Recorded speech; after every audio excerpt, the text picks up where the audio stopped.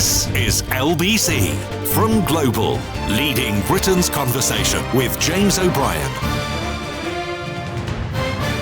Good morning. 3 minutes after 10 is the time. Rick's been in touch. I like this. Early doors now. It's becoming a bit of a tradition, an amusing text. He says, I live in Romania. Which means that you needed to have heard the little bit that I do at the end of Nick's show, where I pointed out that you don't have to imagine living in a country with a government so corrupted and a media so complicit that enormous or at least significant increases to the cost of your food and significant decreases in the variety and choice of food available to you are now being ushered in entirely as a consequence of a democratic vote back in 2016. But you could, of course, be forgiven for not knowing that it was happening. We've got it in our news bulletins, don't get me wrong, but I'm looking at all the newspapers and, dare I say, some radio presenters even who encourage you to vote to leave the European Union, who will be disarmingly silent on the latest unavoidable proof that it was one of the stupidest things any population in history has ever done to itself.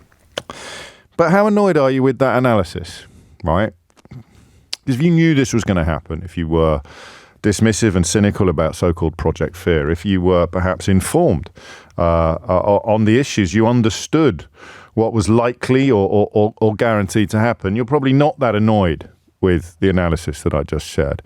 But if you voted for it and you are now, or indeed have for some time been regretful, then I may have just offended you. You may have heard, although I didn't say it, you may have heard me calling you stupid. You may have thought you heard me insulting you. When I start hitting this drum, which I don't hit with as much enthusiasm as I used to do because I don't know how it unfolds. I don't know how the damage gets repaired. But when I start hitting this drum, you start looking away. Or getting cross, or turning over maybe. I hope not. Come back. And that is one way into the conversation today. Let's have a look, shall we, at how events in London this morning are being reported in America, shall we, on CNN. The United Kingdom does not feed itself, relying heavily on the European Union for fresh fruit and vegetables. That dependency has changed little since Britain left the bloc in 2020 and could now mean more pain for consumers and small businesses. Tuesday, that's today, marks the beginning of the long-delayed introduction of post-Brexit physical inspections of plant and animal imports from the EU. The spot checks will apply initially to products such as meat, cheese and some fish, and eventually to a range of vegetables and fruit. I could go on. There's a variety of quotes from industry experts and industry groups describing thousands of pounds in extra costs each month for a typical business. Eddie Price at the Birmingham wholesale market, which houses around 50 businesses selling meat, fish, vegetables, flowers, describes the dismay and the concerns about higher costs and delays at the border that his people are fearing. The government estimates the checks will cost about £330 million, but they've shared absolutely no information about how they've arrived at such a low figure, while the Cold Chain Federation, which represents businesses delivering goods that need chill storage, has put the border measures closer to £1 billion a year in costs exclusively to firms trading perishable produce. That's before fruit and vegetables are even brought into the mix. The CEO of that federation, a rather splendidly named chap called Phil Pluck. You need to take a long run up at that one. It's a little bit like the North Kent Hunt. You don't want to be verbally or orally lazy when you're talking about Phil Pluck, do you? No, you don't. Well, I tell you what if Phil Pluck was a member of the North Kent Hunt? That would be a radio presenter and indeed a newsreader's nightmare, wouldn't it? Keith's finger has never hovered more menacingly above the dump button than when I moot the prospect of Phil Pluck being a member of the North Kent Hunt. But I digress. He has described a significant increase in food prices and reduction in choice, adding, "We also believe that this will seriously threaten the viability of small and medium-sized enterprises operating within food retail, such as small garden centres, restaurants and delicatessens." On it goes. On it goes. 8 minutes after 10 is the time. I don't know how... Well, look, I am interested in how it's affecting you directly. Although, of course, some of the consequences will not yet have become clear. But I've told you, I've been telling you for some time, haven't I, that I need a new jam.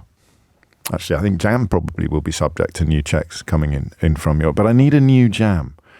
I've needed a new jam for some time. Content for the con men, compassion for the conned, still holds. But now, if you are still contending that this was a good idea in any way, or that the people who sold it to you are in any way, what's the word I want, trustworthy, then I no longer have much compassion for you. I have a little bit. The ease with which people can be persuaded to believe things that are absolutely and completely untrue never ceases to amaze me. Happens in all sorts of different fields, and also people who would ordinarily perhaps consider themselves to be immune to the lure of, say, an online conspiracy theory can find themselves caught up in them to the shock of everybody around the place. So believing things that are not true is not something that automatically earns you the disapproval or the disgust of your peers. But once the evidence becomes incontrovertible, once, for example, Jacob Rees-Mogg's claim that food would be cheaper is dismantled by Jacob Rees-Mogg complaining about the checks, which I don't think he fully understands are a complete consequence of the Brexit that he brought in, that he dreamt of and helped to deliver. When the person who promised you cheap food is complaining about the consequences of more expensive food, or the causes of more expensive food, and the cause of the more expensive food is literally the thing that he told you would bring in cheaper food, then what do you do? What do you do? Do you put your fingers in your ears, close your eyes and just go la la la la la la la la la? I know people who do that in real life. I know at least one grown man who now responds to reminders of what he did during the Brexit debate by putting his fingers in his ears, closing his eyes and going la la la la la la la la la. I suspect there's people in the cabinet who respond to reminders of what they did during the Brexit conversation and what is happening now as a consequence of their either foolishness, ignorance, idiocy, or delusion. I don't know what word you want to use, but they put their fingers in their ears, they close their eyes, and they go la la la la la la la la la. 11 minutes after 10 is the time. So while I am very interested in how it is going to affect you, if you have got a business in this field, I'm also interested in people who are beginning to climb down. Now, I haven't necessarily, over the last few years, provided the most warm and welcoming environment in which you can undertake an admission of error, in which you can say, do you know what? Even if I focus it down, if I zone it right down to the Jacob Rees-Mogg conundrum. So if just that simple thing, Jacob Rees-Mogg told you that food would be cheaper and you believed him. And now you're discovering that food is going to be more expensive. And there is going to be less choice because smaller companies will not operate. Small exporters won't want to do the paperwork to send stuff to Birmingham when they could just send the same goods, the finite amount of goods that they have to sell, to Berlin instead. And companies here will therefore not be able to operate in the way that they currently do. So that very simple, focused question of Jacob Rees-Mogg and Boris Johnson and others telling you that food would be cheaper if you voted to leave the European Union, and now as an absolutely irrefutable consequence of the Brexit they delivered, food is going to be more expensive. It's rare that you have a moment of such ineffable clarity. Absolute clarity. There's no room here for he said, she said, for 52-48 ratios, for balance, for the other side of the argument. It is absolutely the case that this country was told that its food would become cheaper if we left the European Union. And today we discover the consequences of that self-same Brexit include food becoming more expensive. Now, I don't know how you do that.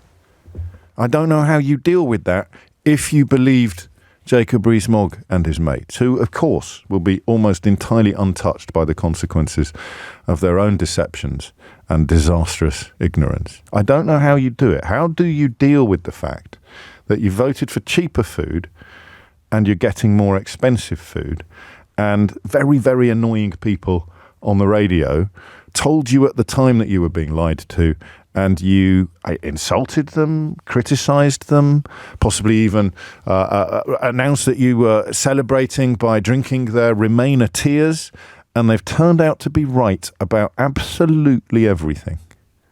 Or no, let's not even do that. Let's not reach for hyperbole. Let's focus exclusively on this single issue. They've turned out to be right about food. They've turned out to be right about Jacob Rees-Mogg. Now, I would like today to talk to you about your regrets, but history suggests that you might not be ready to do that in public. I hope you are. I've got absolutely no beef with you. It hasn't arrived yet. It's stuck in Dover, waiting to be checked. I've got absolutely no beef with you if you have seen the light. If you haven't seen the light, I have my minor beef because I think you're going to have to at some point. And the ease with which people can be persuaded to believe things. I've had a crash course this week in watching people believe things that are categorically untrue, who I genuinely thought would have slightly better skills, really, when it comes to processing actual evidence and proof. So promises that you believed have not been delivered. The exact opposite, instead, has been delivered. I want to know, can I tell you what I really want to know? Even though I'm acknowledging in the next breath that I don't think you're going to ring me today, which is why I'll ask a slightly different question in a moment. If you voted for this, if you voted for cheaper food and you're getting more expensive food, how do you want me to conduct these conversations moving forward? Can I ask you that question? How do you want me to conduct these conversations moving forward? And I can extend that invitation, of course, to everybody, even if you are, like me, a fully paid up member of the Told You So Club. How should we be conducting these conversations? Has the point been reached where the people still claiming the opposite of observable reality, the people who are being given cheaper food, being given more expensive food, and who voted for cheaper food, and are still somehow claiming vindication or validation or pretending that they believe it was worth it? Have we reached the point where they deserve to be treated with as much contempt as the con men and con women that sold it to them? I am, between you and me, I'm leaning to that position now. That the bending over backwards to accommodate the ease with which you could be persuaded into a silly, nation-damaging, unpatriotic vote is pretty close to exhausted. But, I'm not sure. So if you voted for it, how do you want me to conduct these conversations? Specifically about food, okay? 0345 6060 973.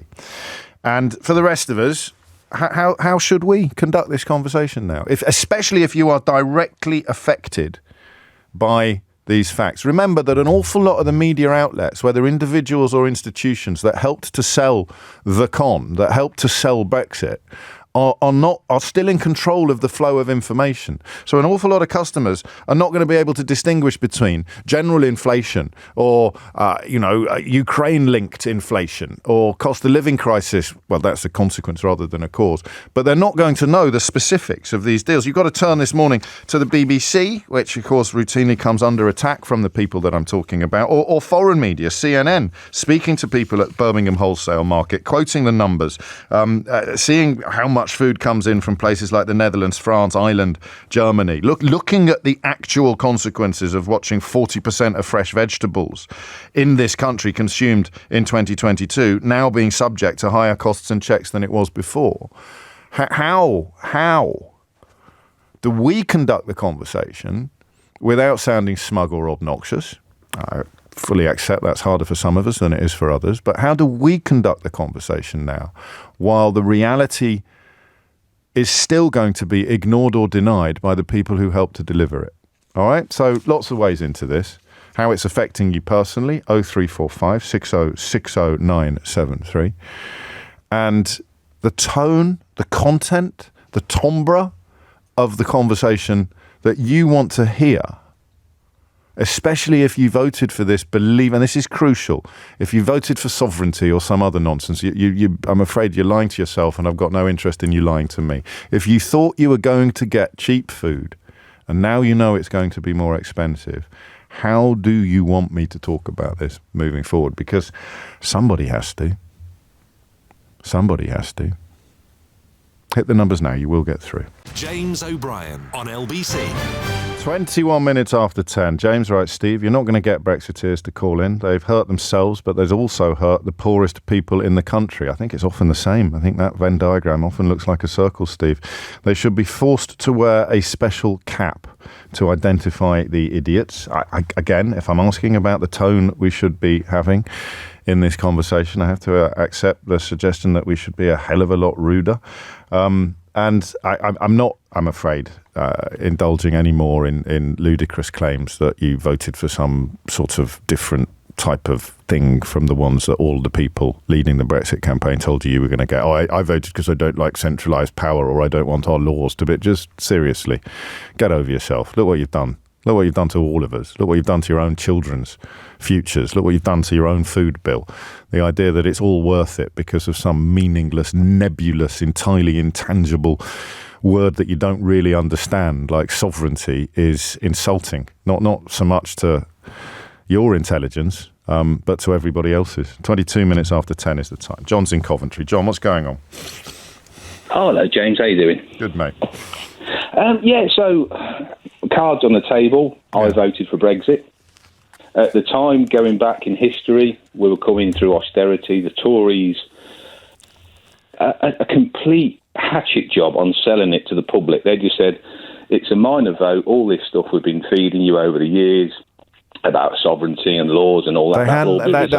I'll give you laws, but there was nothing on sovereignty. Sovereignty was barely mentioned until after the result had come through. But the idea that we were subject to laws that we didn't want to be subject to, and that therefore we had to break out of these shackles, that was an incredibly commonplace position. I mean, I lived through this. I think the press were culpable because the story for Remain was totally, shielded out. Yeah. We didn't start talking about a no-deal Brexit till 2018, 2019. Yeah. Just came out with that and they said, oh, what if this? Then we started talking about the Irish border. Then this should have all been talked about 4 years before 2016. Well, it was, but people shouted at the top of their voices, Project Fear. I had Jacob Rees-Mogg on this programme. We kind of ambushed him on St. Stephen's Green. He didn't know he was on the other end of the microphone, and he sat there and talked utter gibberish. But at the time, I couldn't prove it was gibberish because he would say, no, Father Christmas will be arriving tonight and dropping lots of presents down your chimney, and I couldn't then say anything that proved him wrong. Now, it's here. Yeah, we're all sitting around the fireplace and there's no presents coming down the chimney. It is absolutely inarguable now that there were massive lies and huge displays of ignorance. So how do you, as someone who, with respect, fell for it, and I've got no beef with people that fell for it because it's stuck in Dover waiting to be checked at customs, how do you want these conversations to be conducted? And you're not allowed to say you don't want them to be conducted at all. I just think that basically, my favourite is carpetbaggers. So, you have people coming along, selling you snake oil, selling you, advertise. And the only people who really did well out of this are people who are millionaires. They've got cheap workers. They've got active practices. Final's going a bit south, but I'm not even sure that holds up. much anymore. Some people made a ton of money on the night by sort of betting on the markets and betting on the pound. But I don't know who comes out of this better. A lot of people telling me it had nothing to do with food. Let me read you this, actually. This is quite funny. James still doesn't get it. It has nothing to do with food, which is what people send to me when they don't want to say, I voted Brexit to get rid of all the foreigners. So in a way, you could have the same conversation. You voted to get rid of all the foreigners. Well, getting rid of all the foreigners would make your food go up in cost as well, because the workforce, particularly in agriculture, has been decimated. But you've also ended up with higher immigration than we've ever had before. So you're much stupider than the people who are voting for cheap food, because you were not only motivated by bigotry and xenophobia, but you've been sold an even bigger pup than the people who believe the cheap food claims. John, thank you. Keith's in Sutton in Craven in North Yorkshire. Keith, what would you like to say? Hello, James. Hello, all I can say really is that the only way I voted for Brexit. Yeah. And I used to listen to you rambling on about how it's such a bad thing, and I used to think, God, what rambling on. How dare you, Keith? How dare you? But then now I realise that everything you said were right, and the only way I deal with it personally is by just accepting that I made a stupid mistake, and it's probably it's down in my mind as probably one of the biggest mistakes I've made in my life, and I was stupid, and I politically, but you believe people who are incredibly plausible and incredibly powerful. I don't like hearing that sort of self-flagellation, because I genuinely subscribe to the contempt for the con men, compassion for the con. But I am interested in how you think the conversation should continue, because even I am tempted never to ramble on about Brexit again. Even I quite like the idea of parking it for a few generations and never talking, but I don't think we can. I don't think the farmers. I think the farmers deserve better. Never mind the consumers, the importers, the exports. So how do you think the conversation should be conducted moving forward? I think it should be conducted exactly in the manner that you're conducting it. I think that you do show compassion for people like me, but there is an element in your manner that we were stupid, which I accept and agree with. And I think you've got to carry on talking about it, because one day, hopefully, this stupidity will be reversed. It's a very big difference. Thank you, because there's a very big difference between saying you did a stupid thing and you are a stupid person, isn't there? A very big difference. Yes, there is. Yeah. And that's crucial. Whereabouts is Sutton in Craven? I thought I knew North Yorkshire. I've not heard of Sutton in Craven. It's between Skipton and Keighley, equidistance. Okay. Near Cross Hills, Steeton, Mailvoice, Quireland. Eastbourne. Eastbourne, you've got it. I know Eastbourne. Yeah, right, you are. Yeah. Okay. Oh, well, there you go. I'll add it to my list. Thank you, Keith. 28 minutes after 10 is the time. Steve's in Crawley. Steve, what would you like to say? Good morning, James. Hello. Yes, I'll put the dunce's hat on, I'm afraid.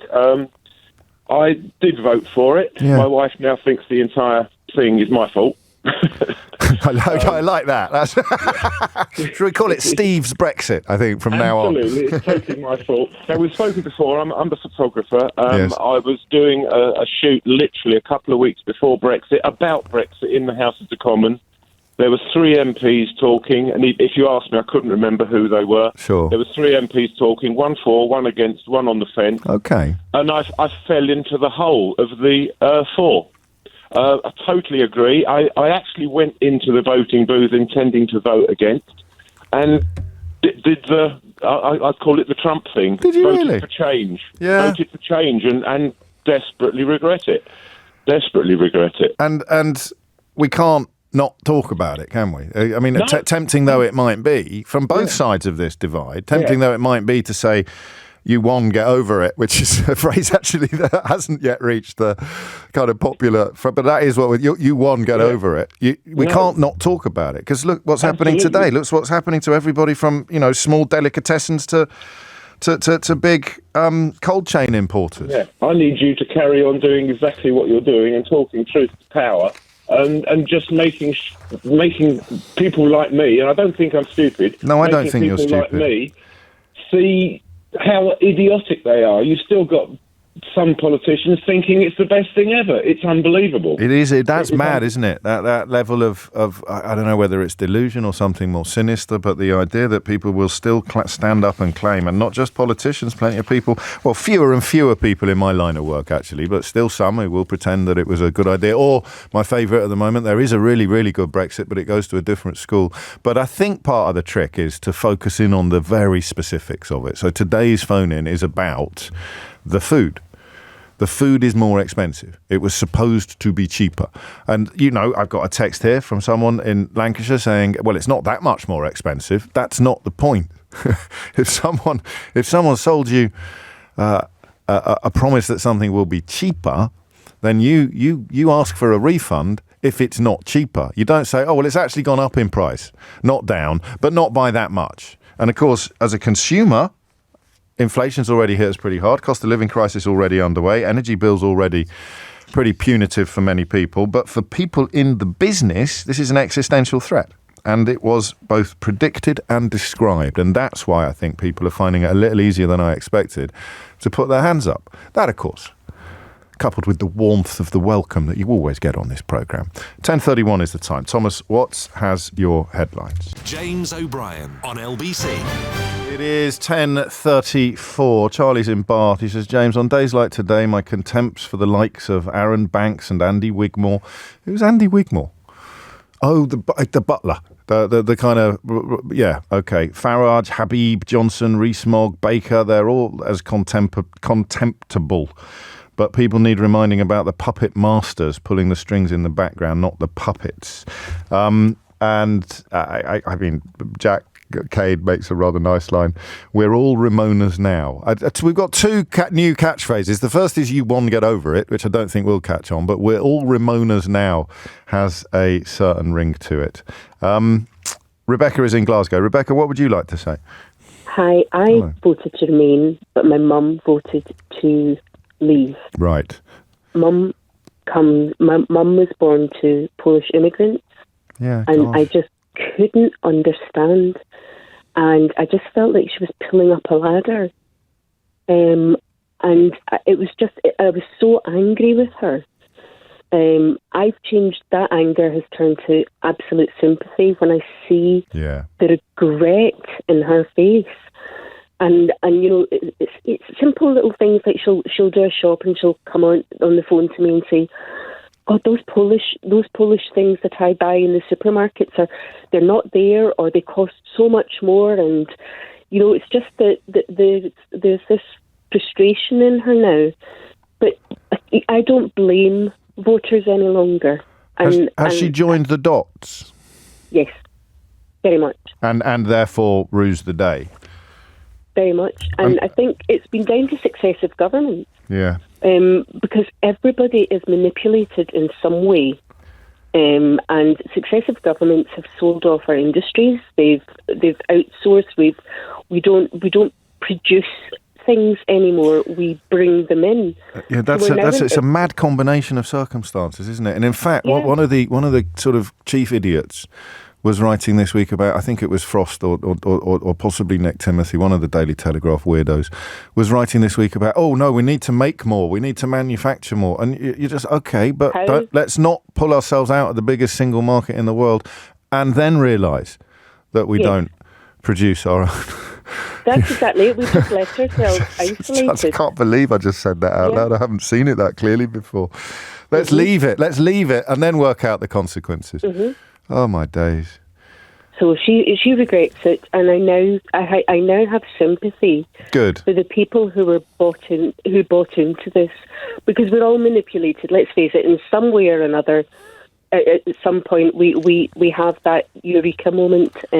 Usually, yes, but I've had a crash course this week in watching people who would almost certainly have voted Remain and indeed see themselves as far too clever to fall for internet conspiracy theories, queuing up to shout their support for all manner of unevidenced nonsense. So that's how you can still love your mum. And how bad was the fracture? How bad was the falling out? Oh, there were times when we couldn't even look each other in the eye. Good grief. And who do you blame? Individuals that you blame, if you don't mind, or your mum blames, the people that, if you like, radicalised her? Well, she blames, there was the TV programmes that she watched. Yeah. she literally would the fake balance spout word for word, and the government. She blamed the government. She said, "Well, this is what they told us." I said, "But I was trying to tell you something different." Yes, but. So that's what made me angry, was the fact that I'm trying to show her, but she wasn't listening. And that for me at least, and I'm not putting words in your mouth, for me at least, that's where the BBC actually was culpable. Not just people who were allowed to express opinions on the radio, but got it all horribly wrong. That's human fallibility in a way. But the BBC pretending, it's what Emily Maitlis calls it, the Minford paradigm, where they wouldn't tell you that there's only one economist in the building who is prepared to publicly state that Brexit is a good idea, and there are 5,000 convinced that it's awful. And yet, if you watched it on the BBC, it was 50-50. It wasn't even 52-48. It was like, and that's how people like your mum ended up thinking. It's probably a good idea, and if it's not a great idea, it can't be that bad. Because look, I'm watching Question Time, and the quotes "clever people," end quotes, are just disagreeing with each other. So it must be 50-50, never 50-50. Johnny's in Horsham. Johnny, what would you like to say? Hi there. We spoke before, actually, about Corbyn. Yeah, it's in agreement to what you're saying, but if I can, I was just going to give a little explanation of the consequences further on than the cost of food. Yes, of course. Briefly, though, because I am trying to focus on food today. Yeah, no, it is food. But, I'll bridge it as best as possible. I live in an area where there was a huge fruit farm, summer fruits, berries. These were picked normally by Eastern Europeans, predominantly Romanians. Yes. But because of Brexit, they all left for fear or for income or for whatever reason. They didn't come. And for 2 years subsequent, the harvest rotted because British people wouldn't work for that money for those hours. So what subsequently has happened is the guy who owned the farm has moved his business to Romania and is continuing. And the cost per punnet per unit is massively more. And he used to sell to Tesco, Sainsbury's, big supermarkets. It costs them massively more per tonne than it ever cost having it in the UK. But the consequence continues. What's happened to that land? He's put holiday homes on it. Right. So now people come and spend a couple of days in the summer and leave. In winter, the area's dark, it's shut. All the corner shops, the pubs, the chip shop, the petrol stations that these people used to use are gone. Oh, that's... Because there isn't... Because it was... Well, hang on, because they're not... I mean, devil's advocate hat on. I don't want to doubt what you're telling me, but the holiday makers are going to contribute to the local economy. No, they're holiday homes. They're families, not hundreds of people picking fruit. Right. The houses on there, the houses with land. But that wouldn't be all year round, would it? They wouldn't be picking fruit all year. But they're not going to get up every day and go to, You're there. I believe you've got no reason not to believe. I go through there to go surfing. Honestly, it's not my opinion. It's the opinion of the locals, and you can see the look of people who live there with this. We made a terrible decision. We got it wrong, and I just think we have to approach it with some kind of empathy. If you shout them down because they got it wrong, they'll get defensive. And I get people saying to me, "Oh, well, we voted to leave. We can't vote to change it. We voted to join in 75. We voted to leave in 20. Yeah, but that's a big... I mean, that's 16 to 30. It's nearly 40 years, isn't it? And it's going to be awful waiting that long. But you've reminded me of another story about Heineken. Have you seen the story about the orchards that Heineken have just ripped up? I'm wondering whether that's part of the same phenomenon that you described. There's Heineken owns Bulmers, the well-known cider brewer, and it wants to sell the land. I wonder if it is also looking at selling it to property developers. And before putting it on the market, they've torn up an orchard the size of 140 football pitches on the Offers Dyke Path in Monmouthshire. It may well be, but the consequences is we're paying more for our summer berries and our summer fruits and our strawberries, as are the manufacturers that use them for cakes and jellies like Kensey Foods in Cornwall that use them. It costs them more for the produce, and all the little corner shops that had all these people coming in don't have that. The consequences are vast. It's huge. And not reported, and that's why I mean tone is important, but discussing it is incredibly important as well. 10:42 is the time. I'm just looking that up while listening to Johnny, and there's suggestions as well that it might be the decline in the cider market that has contributed to that decision as well. The National Association of Cider Makers saying 2,000 acres of British cider orchards have been lost in the past few years. And that the amount of cider being drunk in the UK has dropped by a third over the last 10. So I guess it's really important when you're dealing, in fact, not to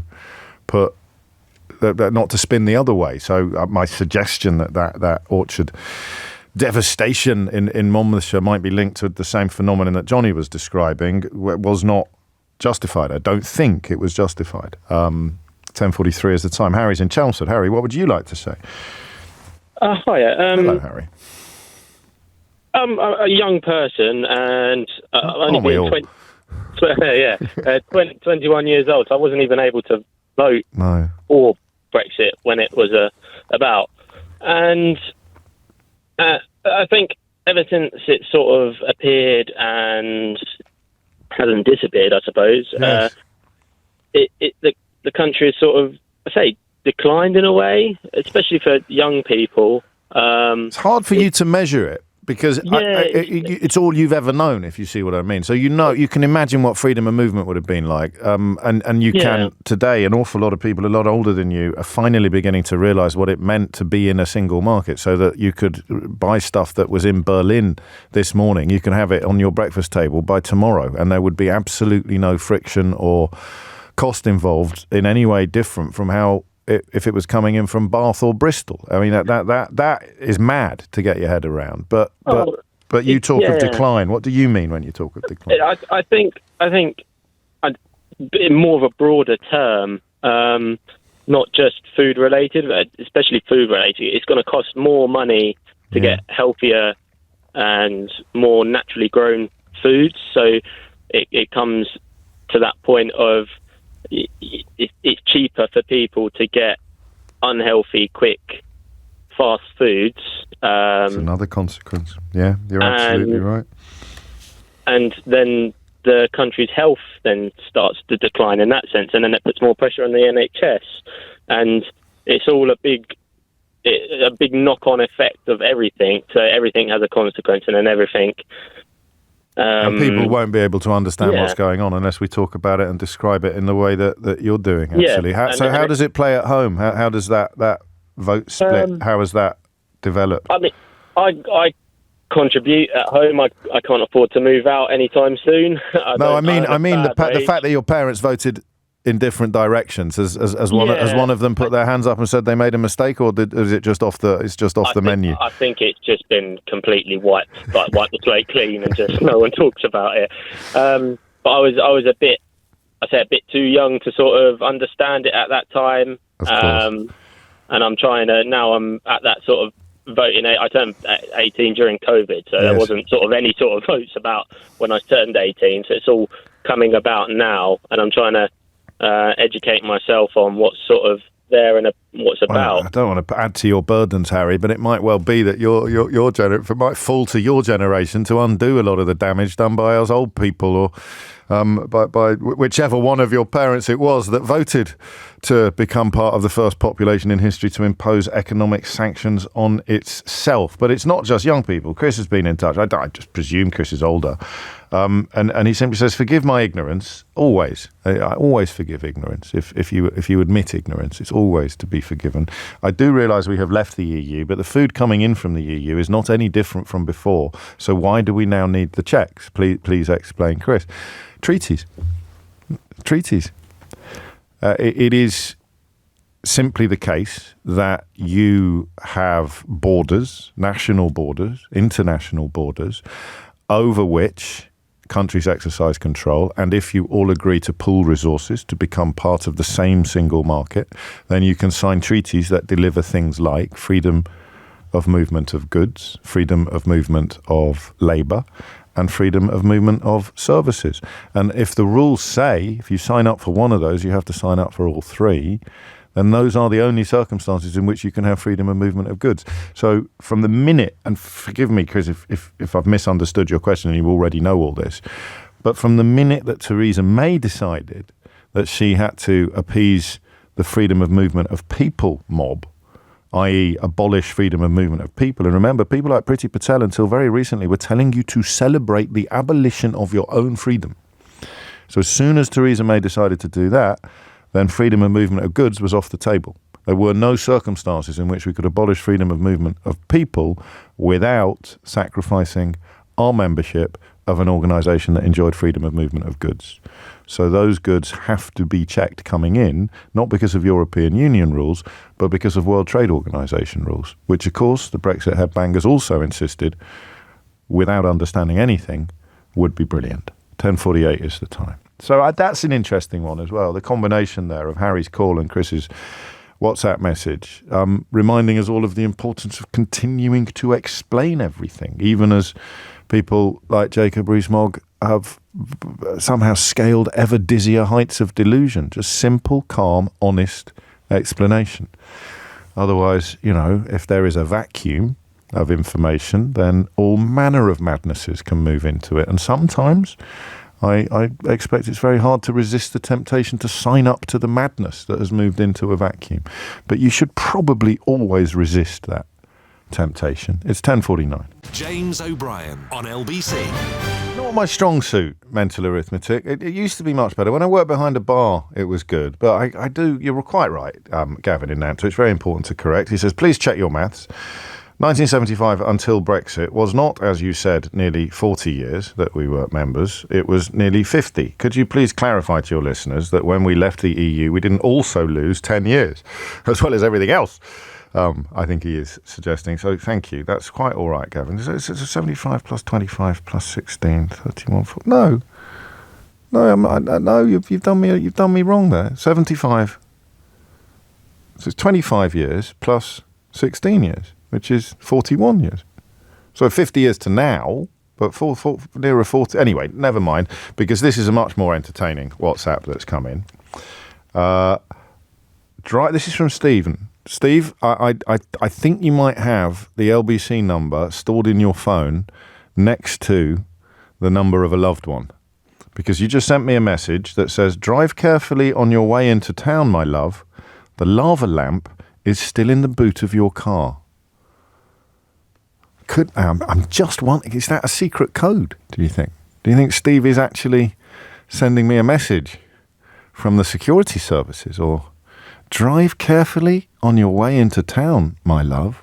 The lava lamp is still in the boot of your car. So you could, if you sit down at a park bench today and someone sits next to you and says, the lava lamp is still in the boot of your car, then you'll know it's Steve. Stephen, actually, I do apologise. Now, let's go to Sevington, which I doubt you've ever heard of. It's in Kent, and it is the site of something called an inland border facility, which is a government-managed checkpoint where the majority of some of the new checks that we are discussing today will be conducted. It's already cost you, the taxpayer, £147 million, and it is where Emma Core, LBC's correspondent, has found herself this morning. Emma, what are you doing there, and what have you learned? Well, James, I'm actually stood watching hundreds of lorries roll through this 230-acre site here in Sevington. It's a huge concrete car park, really, and built purposely for this moment to conduct physical checks on European goods. And from where I am right now, I can catch a glimpse of lorries being directed in and then pulling up to bays to have those checks done this morning. And how this is working, James, it's meat, fish, dairy and plants now having to be inspected under new government rules. Fruit and veg will be checked, but the government has pushed that back until the autumn, I think, really because of the enormous impact that's going to have.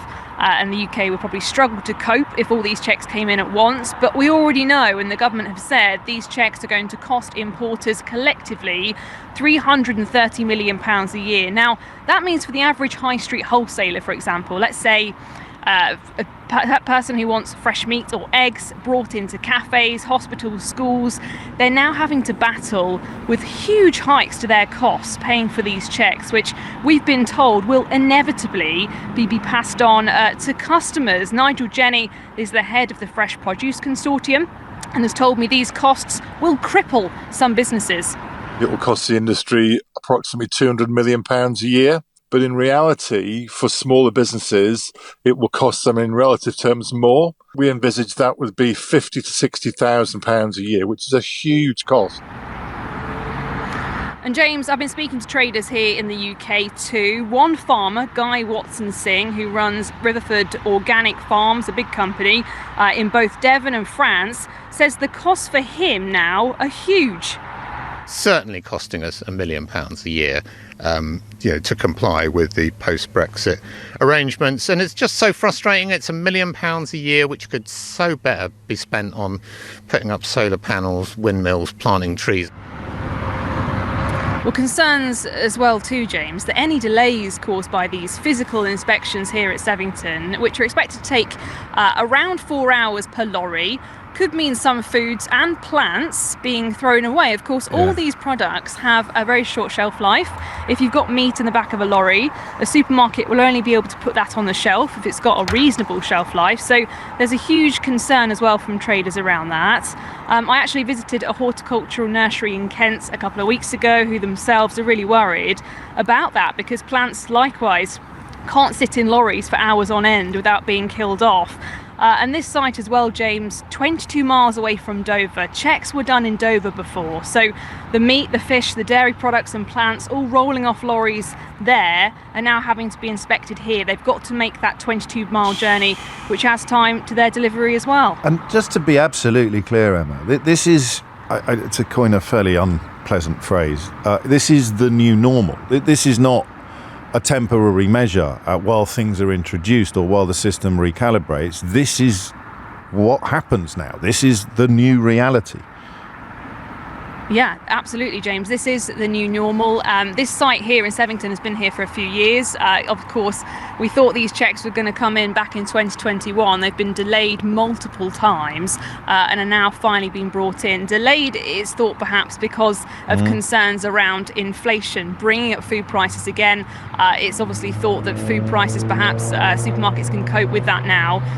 But as I said, traders are saying that food prices are going to increase because these, but businesses have got to absorb these physical check costs. And yeah, as you say, for the foreseeable. And the government's figure then, which you mentioned at the beginning of this conversation, looks, to say the very least, incredibly optimistic. The £330 million a year, when you're speaking to business people who reckon they're in the hole for at least £1 million each in some cases.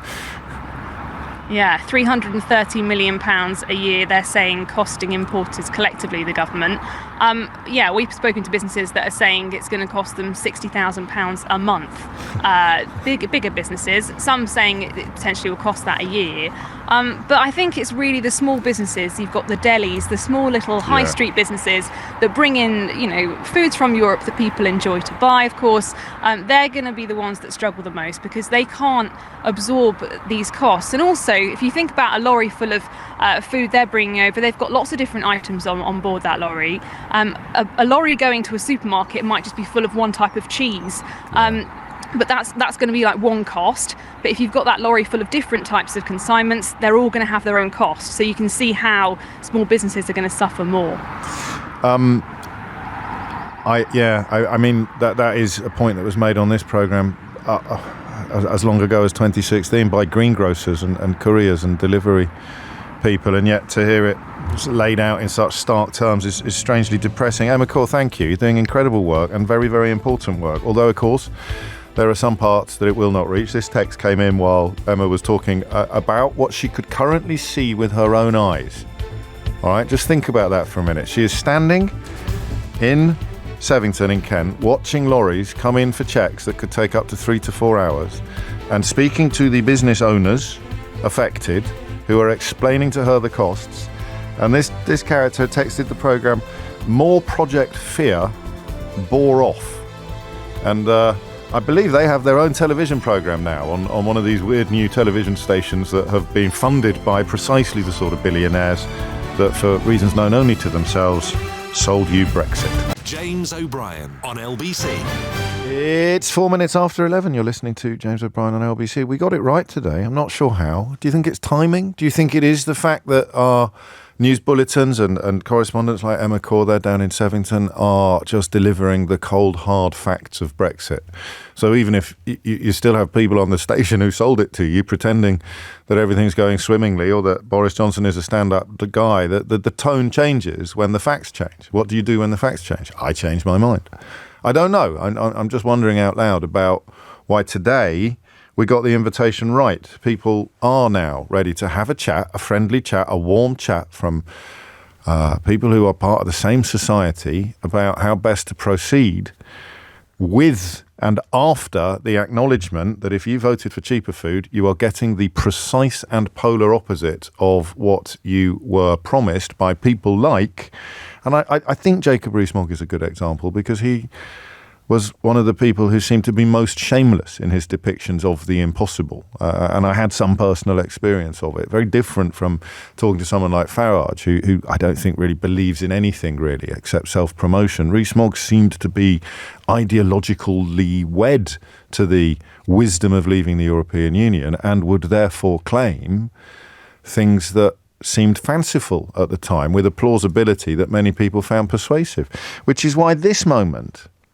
from, I think, one of those weird little windows in British politics where he had a senior job in government. This moment was so significant that the inevitability and necessity of having these checks in place is a consequence of World Trade Organization membership, meeting, departure or abandonment of European Union membership.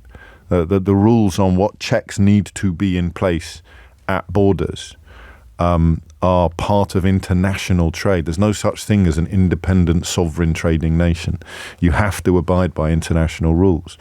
And the moment where Jacob Rees-Mogg displayed not just his failure to understand this, but his utter ignorance about his role and responsibility for actions, laws, changes that he could see coming in, was a moment of, even by the standards of Brexit, it was a moment of epic significance that inevitably went largely unremarked by the kind of people who were either complicit in or contributed to or fell for his drawling bilge of the penny farthing in human form.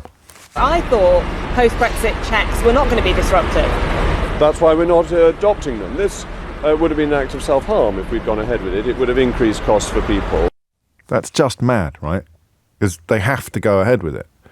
They're going ahead with it today. They literally have to. They literally have no choice but to go ahead with this thing that he told you would bring about cheaper food. And here he is describing the inevitable and literal consequence of the thing that he told you would bring down your food bills. I thought post-Brexit checks were not going to be disruptive. That's why we're not adopting them. This would have been an act of self-harm if we'd gone ahead with it. It would have increased costs for people. David Sutton writes, it was Daniel Hannan who finally convinced me to vote Brexit. I was duped and I'm so sorry. We all make mistakes, you know. Very, very easy to believe things that aren't true if you want to. I've mentioned a couple of times about a crash course this week in watching people who I thought would know a hell of a lot better signing up with great enthusiasm for complete bilge. So I'm not here to judge you. I'm just here to wonder how best to proceed these conversations. Andy's in Walsall. Andy, sorry to keep you. What would you like to say? That's okay. Hi, mate. Hello. Well, I was one of the ones that were duped by the likes of Rees-Mogg and Boris into voting for coming out of Europe. We live in the dream. The big difference for me is, at the time, the people who were selling to stay in Europe couldn't sell a chocolate to Cadbury's. No, that's a really important point, actually. They never got their game up, did they? No, never. You know, and because of that, people like myself who were sold the dream that we're better off being as one, we're obviously not. You know, we're always, as a human race, we're a family. You know, and because of that, we've now been isolated, and all of our family are saying, well, You should have thought of that before you voted to leave. If the people who wanted us to stay in Europe had got their ideas across better, I don't think we would have been in this situation, because the vote was tight anyway. You're so right. You are. And they just didn't get their 102, their and you ideas. know who it was? It was David Cameron and Jeremy Corbyn. They were the ones charged with keeping us in, and Jeremy Corbyn wouldn't share a platform with David Cameron, and David Cameron wouldn't acknowledge that a lot of the reason why people wanted change was because they had been mistakenly led to believe that the consequences of austerity were consequences of European Union membership. Well, they led us this belief that Britain's economy is going to get better, the prices are going to go down, the NHS is going to be the best that it's ever been. Can't get medication in due to it all going into Europe. They're not sending it over here, so we've got shortages, which adds increased costs. Then you've got the food, which now we have to check everything, increased costs, whereas we had freedom of movement. I'm a firm believer that we need to, as a country, we need to bite the bullet, and we need to go as far as having a new referendum. Good grief. To go back into Europe. When did you shift? When I mean, was it a quick process? I'm a travel agent as well. Andy, so Andy. We've got all of that, you know. At the time I wasn't. I was a coach driver, but okay. But now I'm a travel agent. I'm seeing it for its own worth, and you know, I'm big enough and ugly enough to say I voted incorrectly. You know, give me my time again. And I think quite a few thousands of people would do exactly the same. And I think the result will be totally different now, because we've lived the so-called dream that has turned into a nightmare. We've seen it, and that's why I think it's helpful, albeit that there's loads of other issues we could be talking about. Today, at least, you zone in on the very simple question of food prices and what Brexit has done to them. And it has done the exact opposite of what they told us it would do. I wonder, though, the thing is, Andy, at the time, I don't know if you were listening to the programme, but I came up with this catchphrase that it's easier to sell tickets for the ghost train than it is for the speak your weight machine, which is true. And I'm not here to defend David Cameron and Jeremy Corbyn, not for a nanosecond. I think their leadership was delinquent, incredibly bad. But selling that intoxicating lie is always going to be a hell of a lot easier than selling the dull, inalienable truth, isn't it? Well, at the end of the day, I've used the analogy of it a bit being like buying a car. Would you buy a car off Boris and Rees-Mogg or buy one off Corbyn and Cameron, who wouldn't be able to sell chocolate to Cadbury's, you know? And I think a lot of us were duped into buying a car off Rees-Mogg and Boris Johnson. I don't know if I'd buy a car off Rees-Mogg, possibly a penny farthing, but Boris Johnson... No, but how we sold the European argument at I know, I'm listening. It was spot on, do you know what I mean? And that's why the sort of spiv-like fraudulence of Boris Johnson was brilliant, because you would buy a second-hand car off that man. The one thing that we can do as a human is we can always accept that we were wrong, and that then we you know, I'm sure Europe would bite our hands off to get us back in.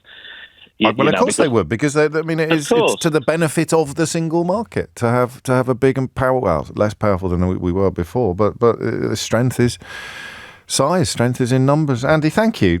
You've given me lots of food for thought there, and very kind. That's not quite the right word. But Alan was complaining just before you came on that we weren't holding the Remain campaign to account. Caroline defends them slightly by saying, well, they weren't using lies and underhand tactics, but they could have done a hell of a lot better, Caroline, without having to resort to lies and underhand tactics. And while we're on the subject, Alan, your criticism was valid. It's taken an hour to recognise that the responsibility for much of this lies with the people who failed to stop it. And that would very much be David Cameron and Jeremy Corbyn, both of whom get an entire chapter in How They Broke Britain, which looks at an awful lot of this stuff. And I should mention that if you're in London today, there are orange plaques mysteriously appearing around the capital, which all allude to the starring roles in that book, which is out in paperback this week. But yeah, Corbyn and Cameron both get a chapter for reasons that are pretty obvious now to anybody paying attention. And I just to slightly address some of Andy's optimism, let me remind you of the words of Michel Barnier, says Damien. The UK can vote itself out of the EU. They cannot vote themselves in again. I think we'd be welcome.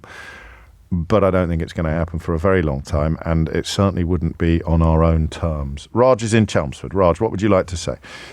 Hi there. Yes, so I basically did vote Brexit, and I put my hands up. But I think a few minutes after I did, or a few minutes after the result came through, that was the first point when I realised I made a mistake, and the reason was.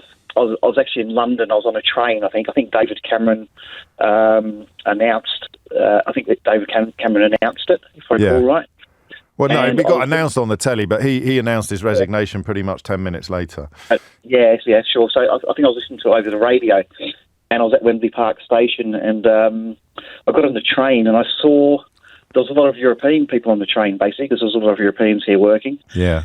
And when that announcement came through, I think it came through on the station, at the train station. Really? And yeah, I think so. They mentioned something. Okay. I just saw the faces of all the European people. They literally put their heads in, put their heads down. Well, you would do. And they're the same people that Farage had been complaining about speaking foreign on trains a couple of years previously. But of course, he failed to mention that his own children speak German, their mother tongue, to their mother, who's German. I don't know about that, Raj. I don't want to doubt. Maybe your memory is playing tricks on you, but it was a fairly mad time, certainly for me, and that is steering away slightly from the conversation about food.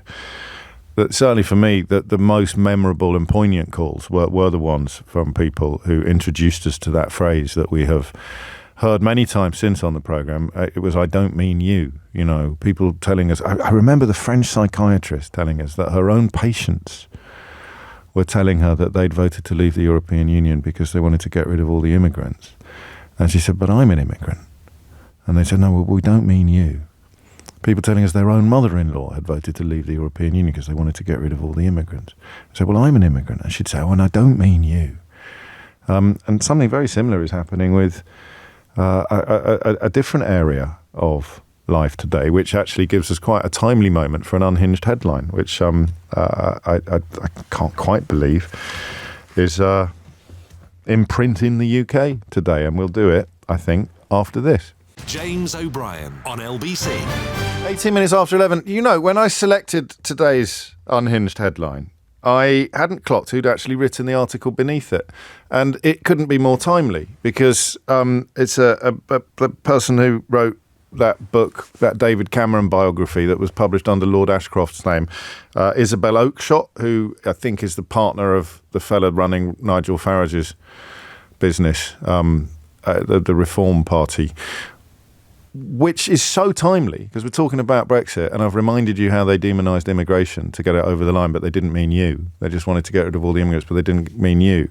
So today's unhinged headline and what it tells you about the people that sold you Brexit is, well, almost perfect.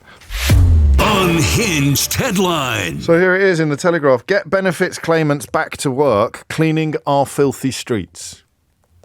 It's going well then, is it? Your Brexit going really, really well.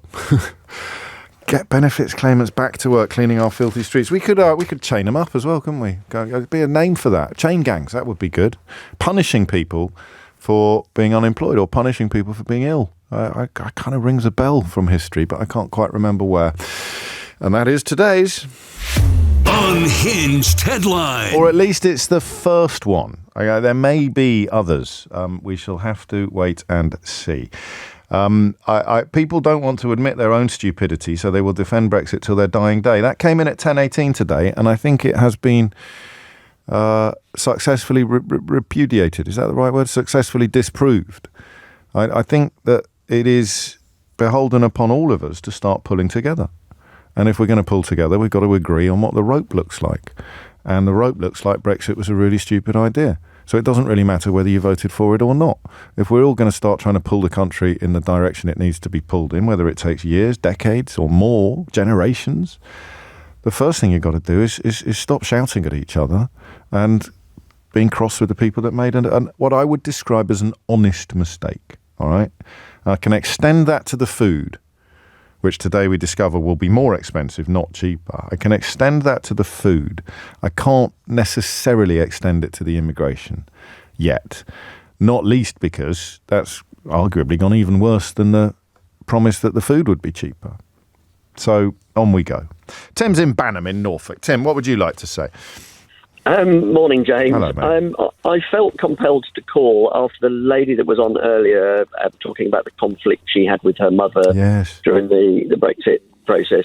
We experienced a very similar but even more bizarre situation in that my wife and my children enjoyed the freedoms of the European Union. We actually lived in France at the time, and our entire livelihood was linked to freedom of movement. We worked for an estate agency in France, and we sold an awful lot of properties to expats, etc. Oh, wow. And we had immense conflict within our families back in the UK, where family members were adamant that Brexit was a great thing. We tried to point out that their family benefited from freedom of movement, but they weren't buying it. Yeah.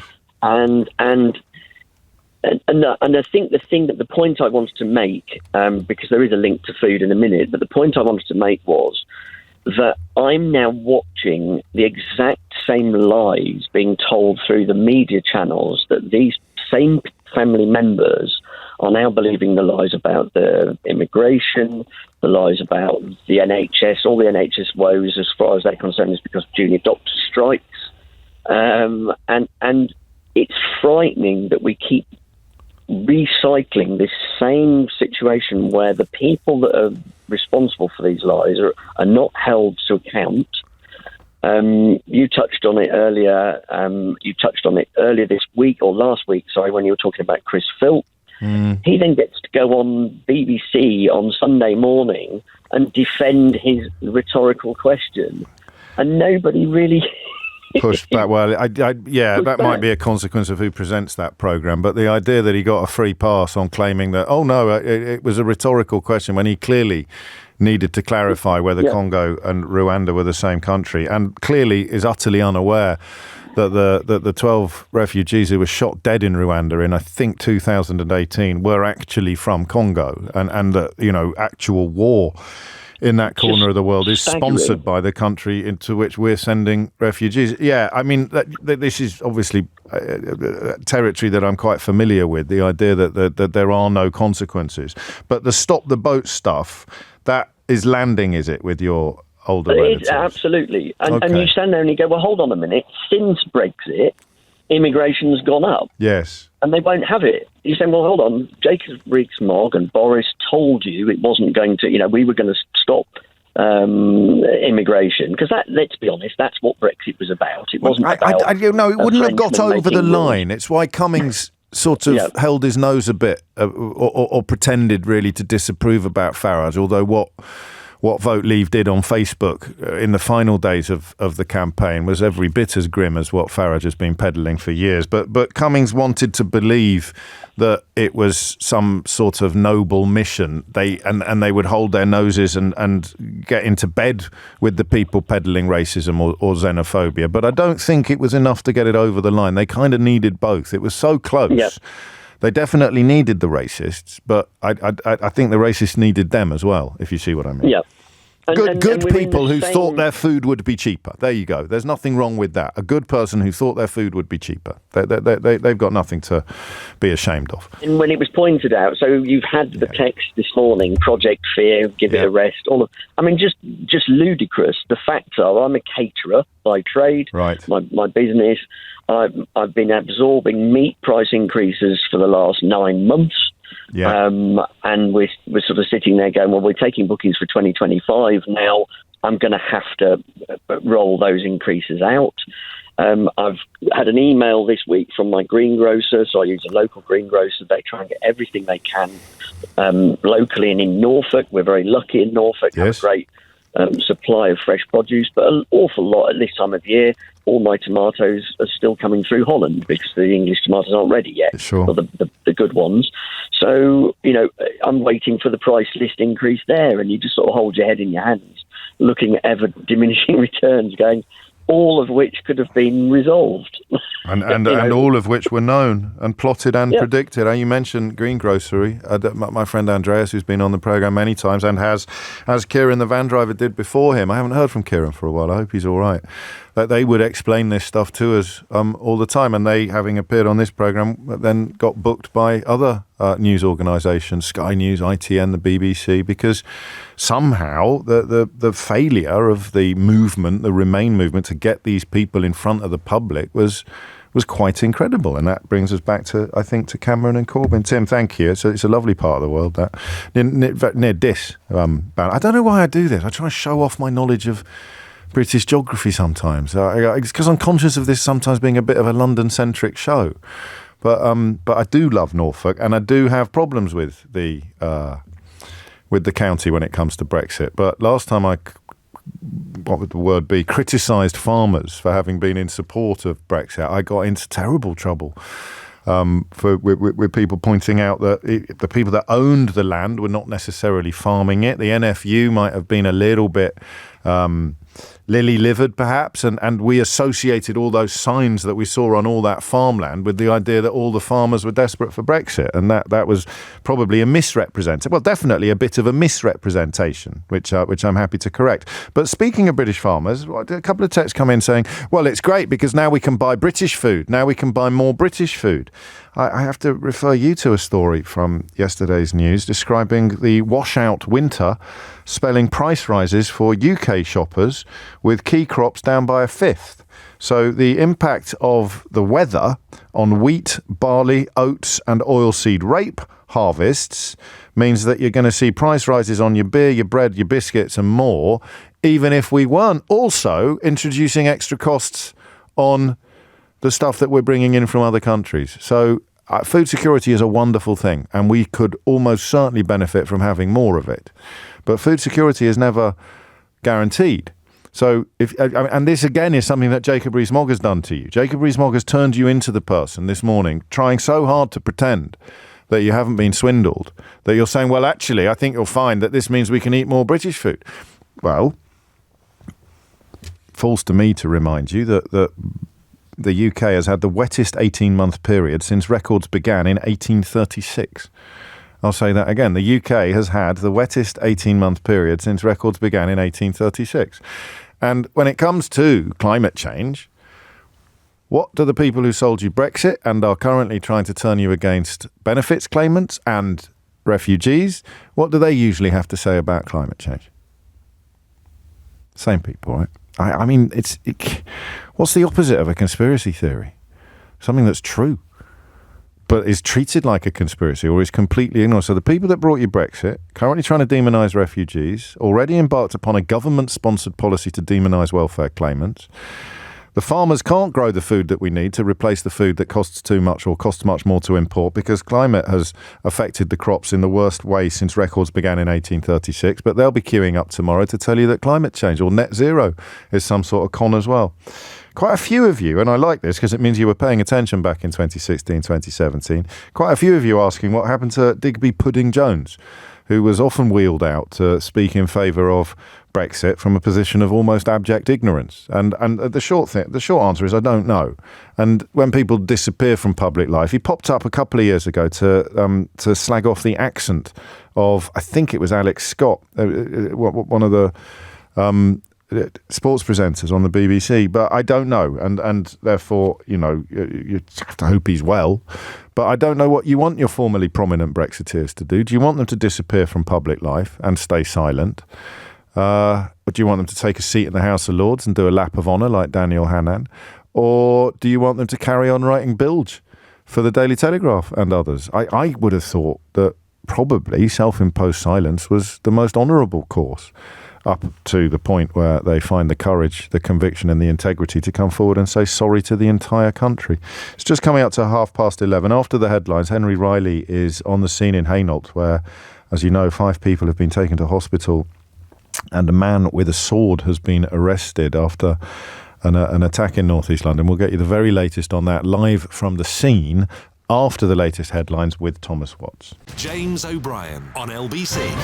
It is 11:34. I'm such an anorex. I'm just looking at a Daily Express front page from 2016 that says cheaper food after EU exit. So I just did a little Twitter search on that. And even last year, Rees-Mogg was still claiming that we were going to have cheaper food. It's madness, isn't it? And the same man, of course, has described the measures being brought in today as a direct consequence of the Brexit he sold as an act of national self-harm. William Templeman has been in touch. He writes, every bloody week you keep banging on about it. We are out. Accept it and move on.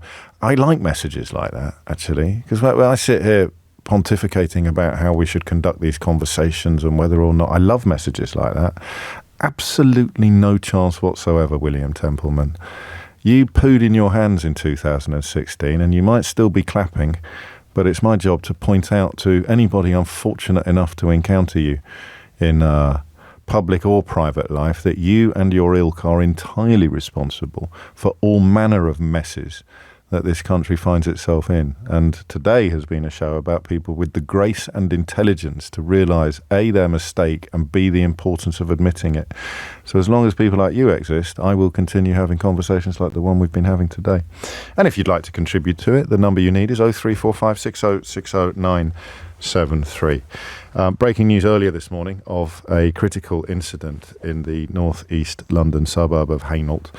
Henry Riley is LBC's reporter at the scene, and he joins us now. An update, if you would, Henry, and the very latest. Well, James, good morning. A very worrying, troubling situation here in Hainault, as you mentioned, in north-east London, in the borough of Redbridge, just on the sort of cusp between Greater London and Essex. And we've had it confirmed by the London Ambulance Service that 5 people were treated at the scene with injuries and that 5 people have been taken to hospital. The Met Police earlier on saying that 2 police officers were injured as well. It's unclear as to whether they are included in those 5 who were treated at the scene. We know that a 36-year-old man has been arrested, and this happened just before 7 o'clock this morning. There were reports of a man with a sword who went on to attack members of the public, attacked those 2 police officers that I say as well, and also reports of a sort of grey van that has been smashed up as well. Police reporting that a vehicle was driven into a house in the Thurlow Gardens area. So I'm just sort of a stone's throw away from Hainault Station. Very busy commuter station on the Central Line. Many people hoping to get into town to go to work today. That is closed, has been closed since the early hours of the morning, as is New North Road, which is where the station is located. A very busy road that connects up Hainault with various other areas as well. Now, the Met Police saying, their Deputy Assistant Commissioner, that it is a terrifying incident. They know that the wider community will face the shock and alarm. Rishi Sunak, Keir Starmer, both expressing their horror at what has happened as well. The Home Secretary, James Cleverly, saying that he is being kept abreast of developments. He's in regular touch with the Met Police, with the London Ambulance Service, as is the local MP, Wes Streeting, who's been tweeting this morning. He represents Ilford, has been explaining that he's also been in touch with the Mayor of London, with various authorities to try and get to the bottom of what happened and to really assist in any investigation. But really, James, this is an emerging picture. We know there's been that one arrest. We know there are reports of a man with a sword who was in and around this area. And I mean, people I've been speaking with in the last hour or so, clearly very concerned, clearly very worried. One man was waiting for his daughter to take her to nursery around 20 minutes ago, and obviously has decided that he will not be doing so, and he's going to stay at home instead. Very concerned, very worrying picture here. Henry Riley, thank you. You won't know this because you were talking to me when it was announced, but the Metropolitan Police have said they're going to provide an on-camera update on this incident at 12 noon today. Meanwhile, Henry Riley, LBC's reporter at the scene in Hainault there, where 5 people have been taken to hospital and a man with a sword arrested after an apparent attack. 11:38 is the time. You're listening to James O'Brien on LBC. David makes a point that a lot of people make these days. I voted Brexit, James, not expecting Leave to win, but as a show of my discontent with the government. I regret that vote. And another William points out that the people telling you to move on from Brexit will be the same people moaning about interest rates being high. They may not realise that it's likely that higher prices because of Brexit will cause interest rates to stay high, or at least to come down more slowly than it otherwise would. There's also likely to be a serious impact on the housing market. I wonder whether Rees-Mogg and others will ever acknowledge this. Well, I don't think they will. And that's the bit that it still needs to be unravelled, is how, an earlier caller referred to it, how we ended up living in a country where basic competence cannot be taken for granted. Basic competence. You know, a former immigration minister who knows, for example, that Rwanda and Congo are different countries. Chief Secretary to the Treasury who understands, for example, what debt as a percentage of GDP means, what the phrase actually means, never mind what the numbers are. I can give you the numbers, I can hand you the piece of paper, but if you've got the piece of paper in front of you with the numbers on it and you claim something is falling when it's rising, we've got a problem of a magnitude that I don't think is, by any stretch of the imagination, normal. Maybe in a sort of Orwellian dictatorship where they can say freedom is slavery, ignorance is strength, war is peace. But in an apparently functioning democracy, to have senior politicians who don't understand anything and don't care when it's pointed out to them that they don't understand anything, and then in Chris Philp's case, get a red carpet invitation to the BBC One Sunday morning programme in order to pretend that you weren't being incredibly ignorant on Question Time the other night. You were asking a rhetorical question. That doesn't even make sense. But it doesn't matter, because these are the children of Brexit. It doesn't have to make sense. It doesn't have to be true. You don't have to understand anything. You won. What you won, of course, is these days impossible to describe or determine. We know what you didn't win. The list is almost endless. You didn't win border controls. You didn't win lower immigration, which you probably didn't actually want anyway, but you'd been persuaded that you did, and you certainly didn't win cheaper food, or indeed cheaper shoes, which I think got a mention at one point. Toby's in Bristol. Toby, what made you pick up the phone? I was in Spain yesterday. Well done. Enjoying my freedom of movement because I'm a dual national citizen entirely due to Brexit. Yeah. Visiting my Same daughter, here. who's enjoying her freedom of movement and the ability to study in Spain for free. And a lot of her friends who are of similar age, about 22, we were having a conversation last night with them about the food situation that was about to descend upon us. And one of the other students, who's Spanish, family owner, fruit farm, and they were just staggered in disbelief at what we've done to ourselves. Yeah, go on. Because what's happening is that yes, Europe is also suffering from climate-related food Of course it is. stress. Of course it is. But it's easier to sell to them, so we are back of the queue. And the other thing they just sort of laugh at us about is the fact that we can basically be charged whatever they want because we are now so desperate. And because we are back of the queue, the Spanish just charge us what they want. And I don't mean that in an anti-Spanish way. No, I understand. It's just they now find themselves in this ridiculous situation where they can take advantage of us because what these people have done to us. You pay this price or you don't. And if you don't get anything, because the whole point about single markets and customs unions and freedom of movements of goods is that every customer is of equal value. But we have made ourselves a less valued customer, and therefore we will have to pay a premium. What I tell you what interests me, Toby, how surprised have you been by that? Because I got that message early doors from Chris just saying, why? If the food is the same coming in, why do we have to have checks? And it was an honest question. It was nicely phrased. It wasn't phrased in a, ha-ha, I'm really stupid, but I think I'm really clever kind of way. It was a genuine puzzlement. Why do we have to have checks when the apples or the lemons and the oranges that are coming in from Spain, the bananas that are coming in from La Gomera in the Canary Islands, whatever, it's the same suppliers and the same product coming in at the same port. Why do we now suddenly have to have checks? And I've explained on a few occasions why we have to.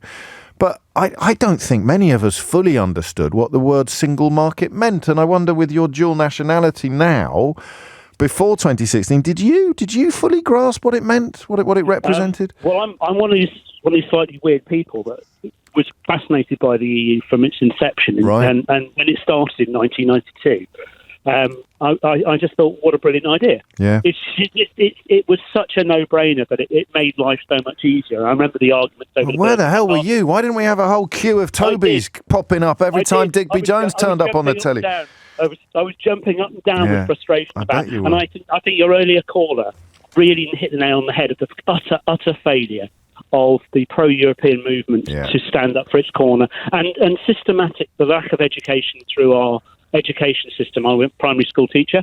I was actually teaching about our entry into the EU in 1992. It was my final year project when I was doing my teacher training in 1991 about our ascension into the EU. And so that sort of started that interest in my family history as, European. What an amazing perspective you had then. As someone, I don't think it's weird to be knowledgeable, although it's certainly unfashionable. Long has been in the context of the Brexit conversation, but you must have. I mean, I don't know what the equivalent would be. I'm trying to think of an analogy. You would be sitting there knowing. I'm the sort of the product of my parents' generation who wanted this connectivity and closer union. Wow. Who were both fought in the war, both served. My father in Burma and India, and my mother in the Wrens, and their absolute passion about what has happened, and not so much how the EU was structured, because obviously that's something that developed, but the idea of it as a concept. And I am the product of that, where I enjoy everything about it, but I also accept its failures and its issues, especially with the current, oncoming. That was the weirdest bit about the conversation. As you'd say, I'm supremely confident that we're better off out than in. Better off in than out, forgive me. And someone would say, well, hang on, they're less than perfect. That proves that you're wrong. And you should go, no, of course they're less than everybody's less than perfect. Everything is less than perfect. Nothing is perfect. But you're still better off in than out in that imperfect thing versus this considerably worse alternative.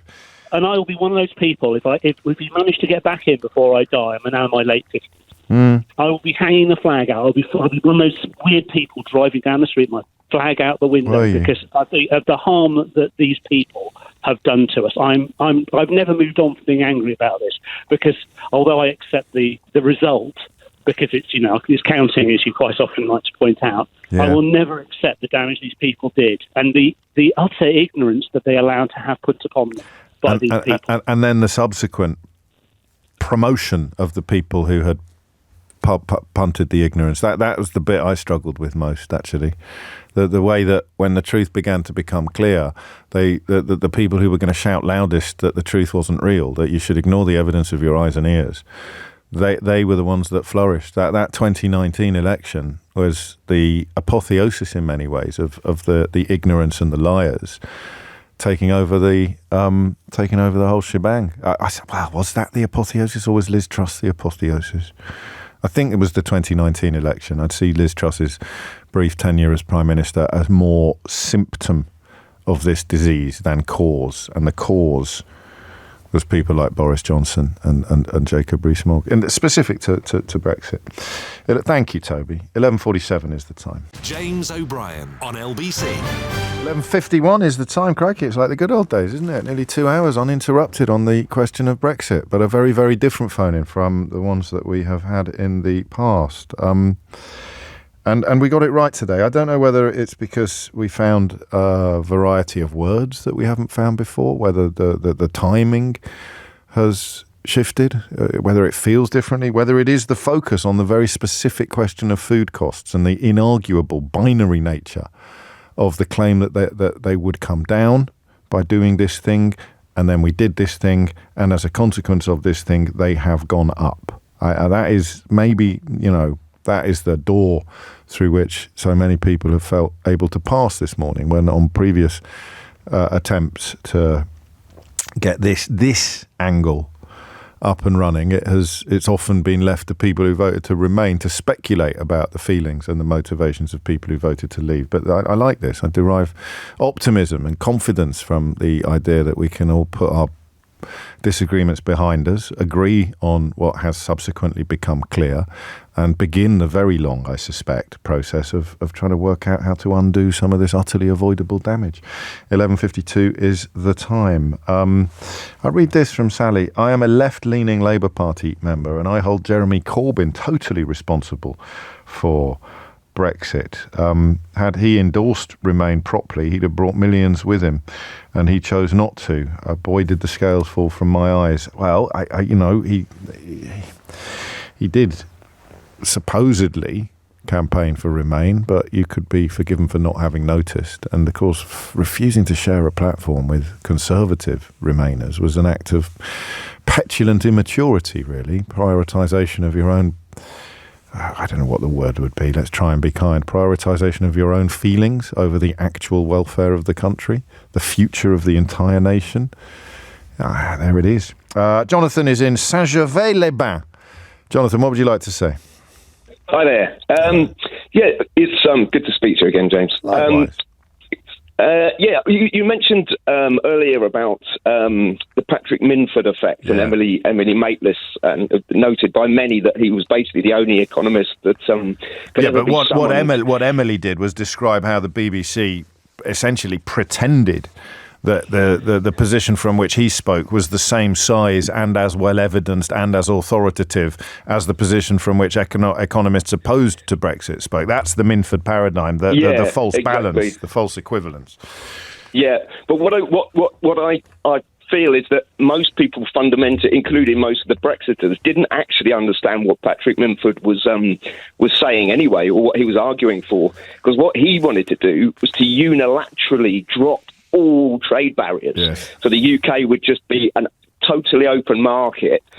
But the result of that, which he acknowledged, would be that all farming and all industry in the UK would be utterly destroyed. All manufacturing. He said so, didn't he? He said so to Rory Stewart in a select committee at some point. You're right. He was fine with that, and he was, his fingerprints have been all over so much of the damage that's been done to the UK. He was Thatcher's go-to economist. So all of the mines shutting down, which is a subject close to my heart. All of the deindustrialisation of the north. That was all on him.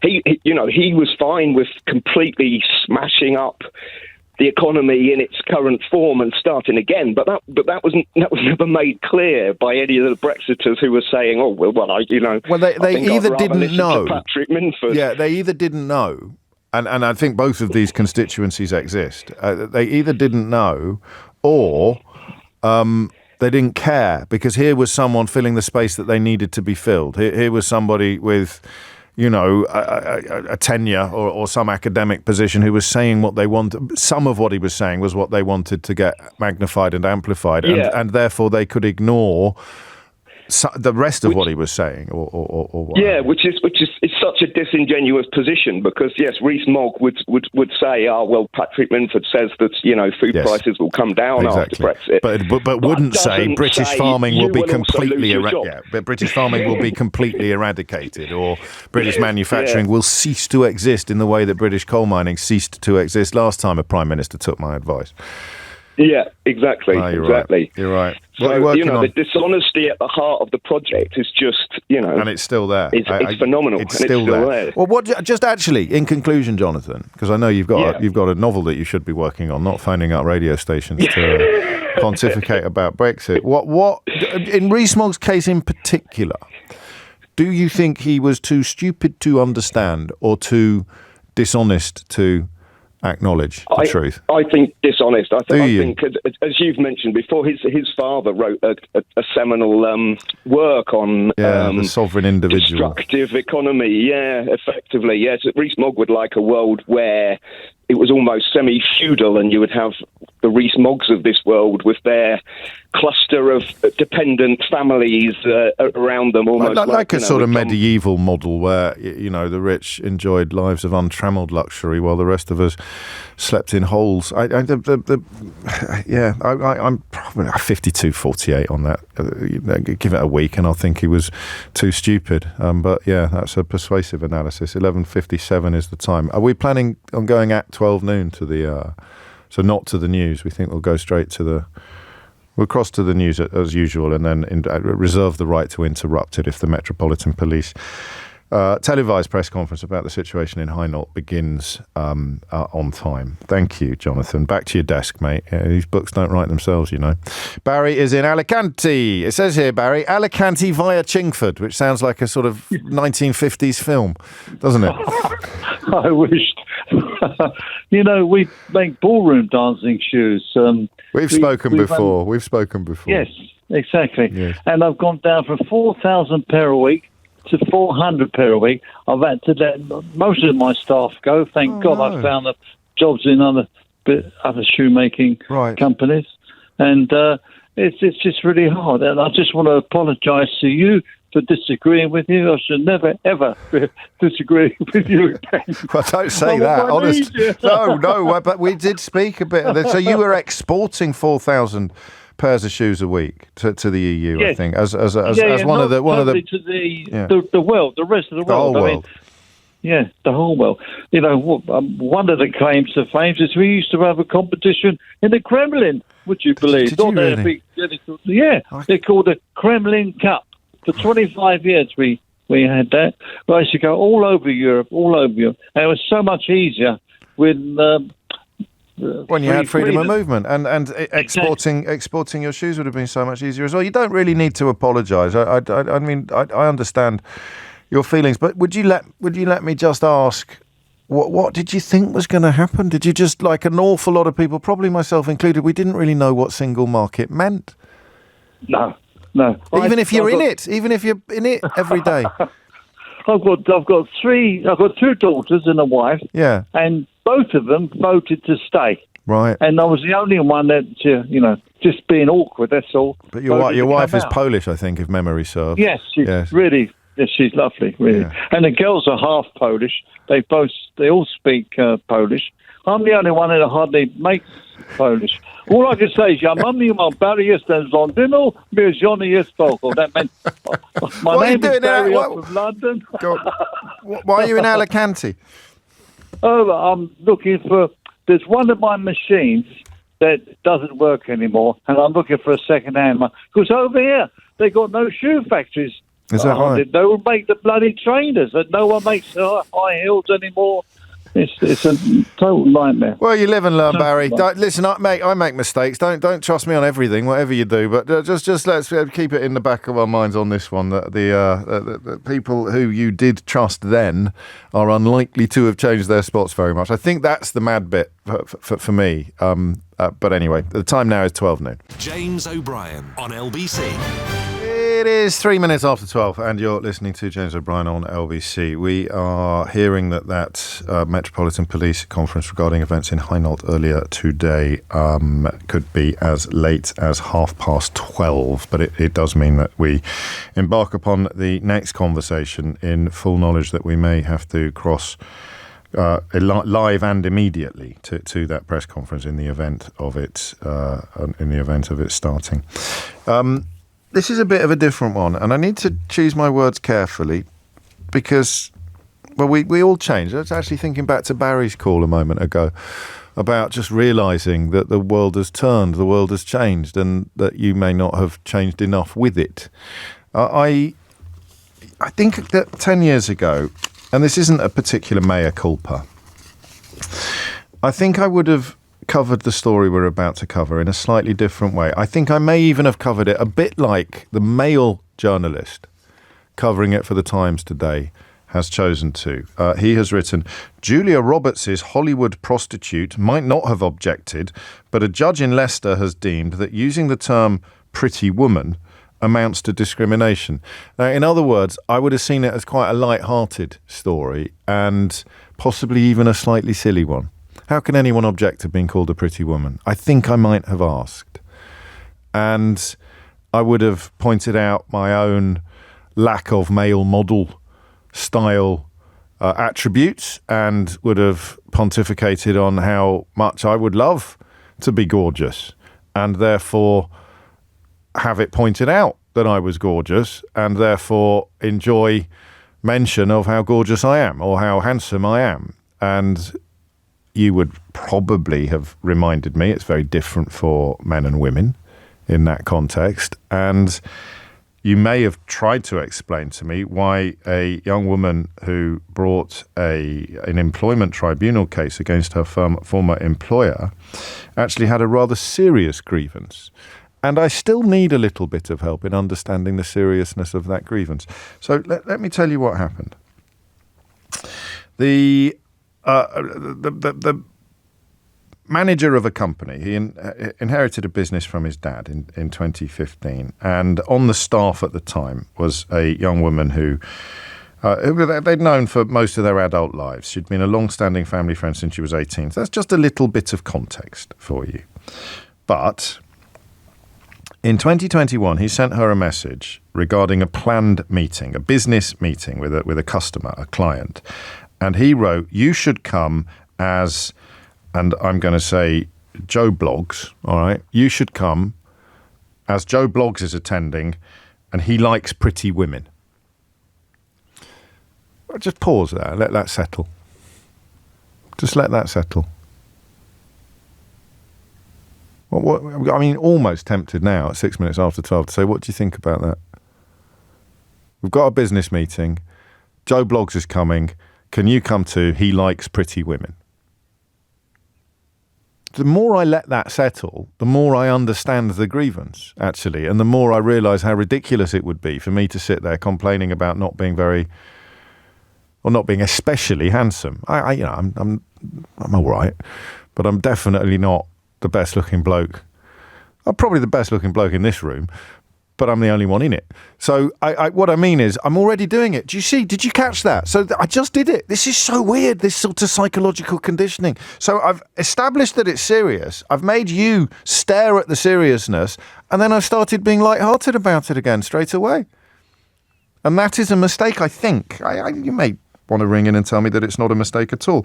And he then made it worse, telling her to calm down and signing off that message with "Okay, babes, kiss, kiss." And the young woman concerned resigned later that month and sued for sex discrimination and harassment. Many of her claims were dismissed, but this complaint about the pretty woman remark was upheld by the employment tribunal judge.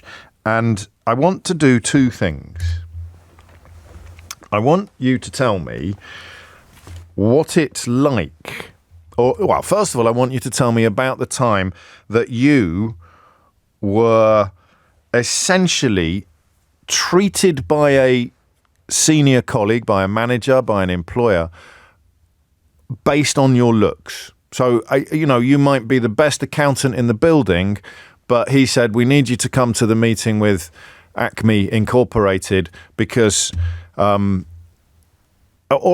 because he likes pretty women. Or he might have said, wear a short skirt or something like that. I mean, I grew up in the era of Carry On films and Benny Hill. So it took me a long time to see why that kind of behaviour is completely unacceptable. Even as, and this was the mad bit, even as women would ring me when we touched on topics like this in the past, perhaps in slightly more obvious ways, like wolf whistling or that kind of thing. But women would ring me, particularly women of a certain age. It's not long after I started here, which is 20 years ago. But women would ring me and tell me that they liked the behaviours that young women were complaining about. So older women would ring me and say, I used to like getting my bottom pinched at work because I took it as a compliment.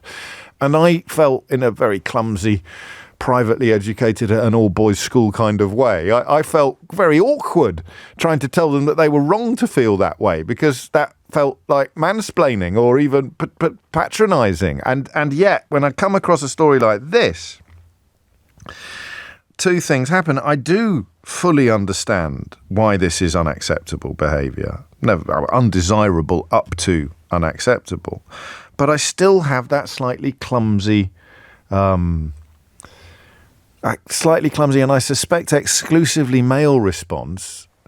Well, it's not exclusively male, actually, because I discussed it with a female colleague earlier today, and we both knew that we shouldn't be saying, how can you complain about the fact that someone thinks you're pretty? But there is a little subtext in your brain where you're thinking, how can you complain about the fact that if someone said you can't come to this meeting because you're a minger, is that still a thing? People still use that word? You can't come, don't want you coming, you're a right old ming. It would be the same, wouldn't it? So here's a slightly lecherous man, okay, but we need his business. You can't come because you're not very pretty. You can come because you are. Now, no one would say, I don't think, no one would ring me up now to say, oh, that's fine. If she's a minger, she can't. If he's a minger, he can't go to that. But this is the opposite of that.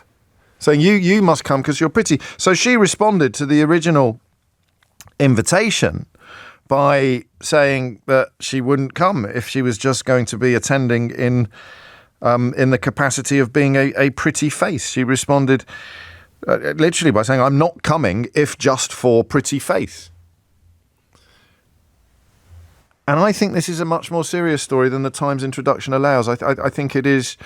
I think it's inappropriately irreverent to write about Julia Roberts' Hollywood prostitute might not have objected, but a judge in Leicester has deemed that using the term pretty woman amounts to discrimination. I mean, just to be a little bit pedantic, that the entire film is about not judging a book by its cover. So despite the fact that it's called Pretty Woman, the entire film is about not judging a book by its cover or not taking things at face value or recognising that people's skills and attributes are a heck of a lot more than skin deep. So it's an infelicitous film to cite in the first place. But you understand why they've done it, because the words pretty woman appeared in the offending text. And, of course, that is the name of the film, not to mention the Roy Orbison song of the same name. So I just want you to tell me two things. I want you to tell me what happened to you.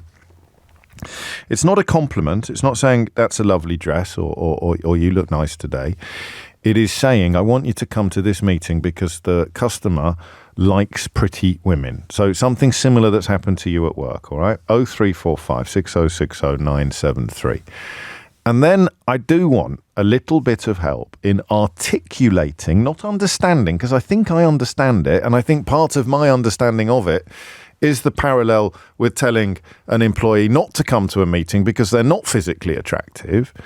You've got no trouble getting your head around why that's inappropriate. But I want a little bit of help in articulating why it is so hurtful, why it is so offensive. Because it is, on one level, a compliment. Do you see what I mean? You do see what I mean. I'm not tying myself in privately educated all-boys school-shaped knots on this, am I? It is a compliment to say that you're pretty. You might not even want to hear it because, you know, some sleazy old git sitting in the corner rubbing his thighs telling you you're pretty. But it's still objectively complimentary to say someone is nice looking. And yet to say it in this way is not only wrong, but also it constitutes sexual discrimination. 03, well, partly because you would never say that to a man. So I want to know what happened to you, but I also want you to do a better job than me of explaining why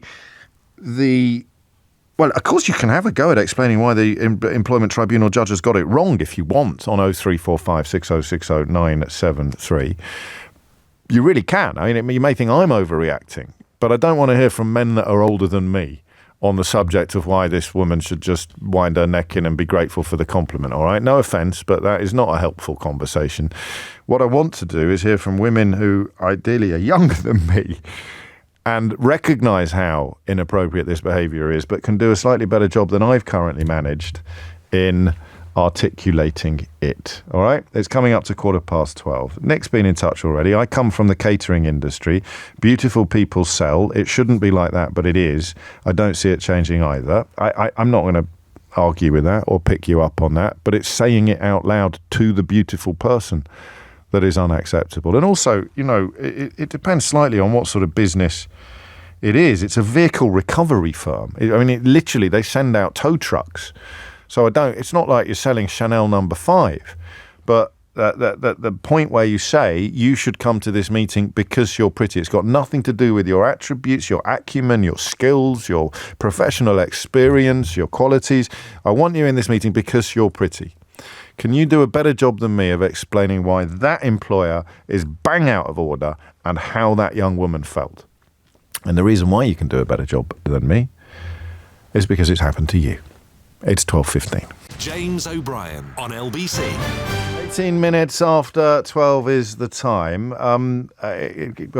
Laura says, imagine being sent to a meeting to be leched over. You should feel safe at work. A couple of people wondering whether it would be different for a man. You know, I don't know whether the customer would be a woman or a gay man, but you'd say he likes handsome young men or she likes handsome young men. Why don't you come to the meeting? It's 10 to 1,000 times less likely to happen. And Liz writes, I felt flattered in one way, but when men made those remarks in front of everyone else around them, I would get a lot of jealousy from my female colleagues, which was very upsetting to me. So I told you it was nuanced, but I don't think there's much dispute about, well, maybe there is. Let's find out. Emily's in Reading. Emily, what would you like to say? Hi, James. Hello. Nice to speak to you. Likewise.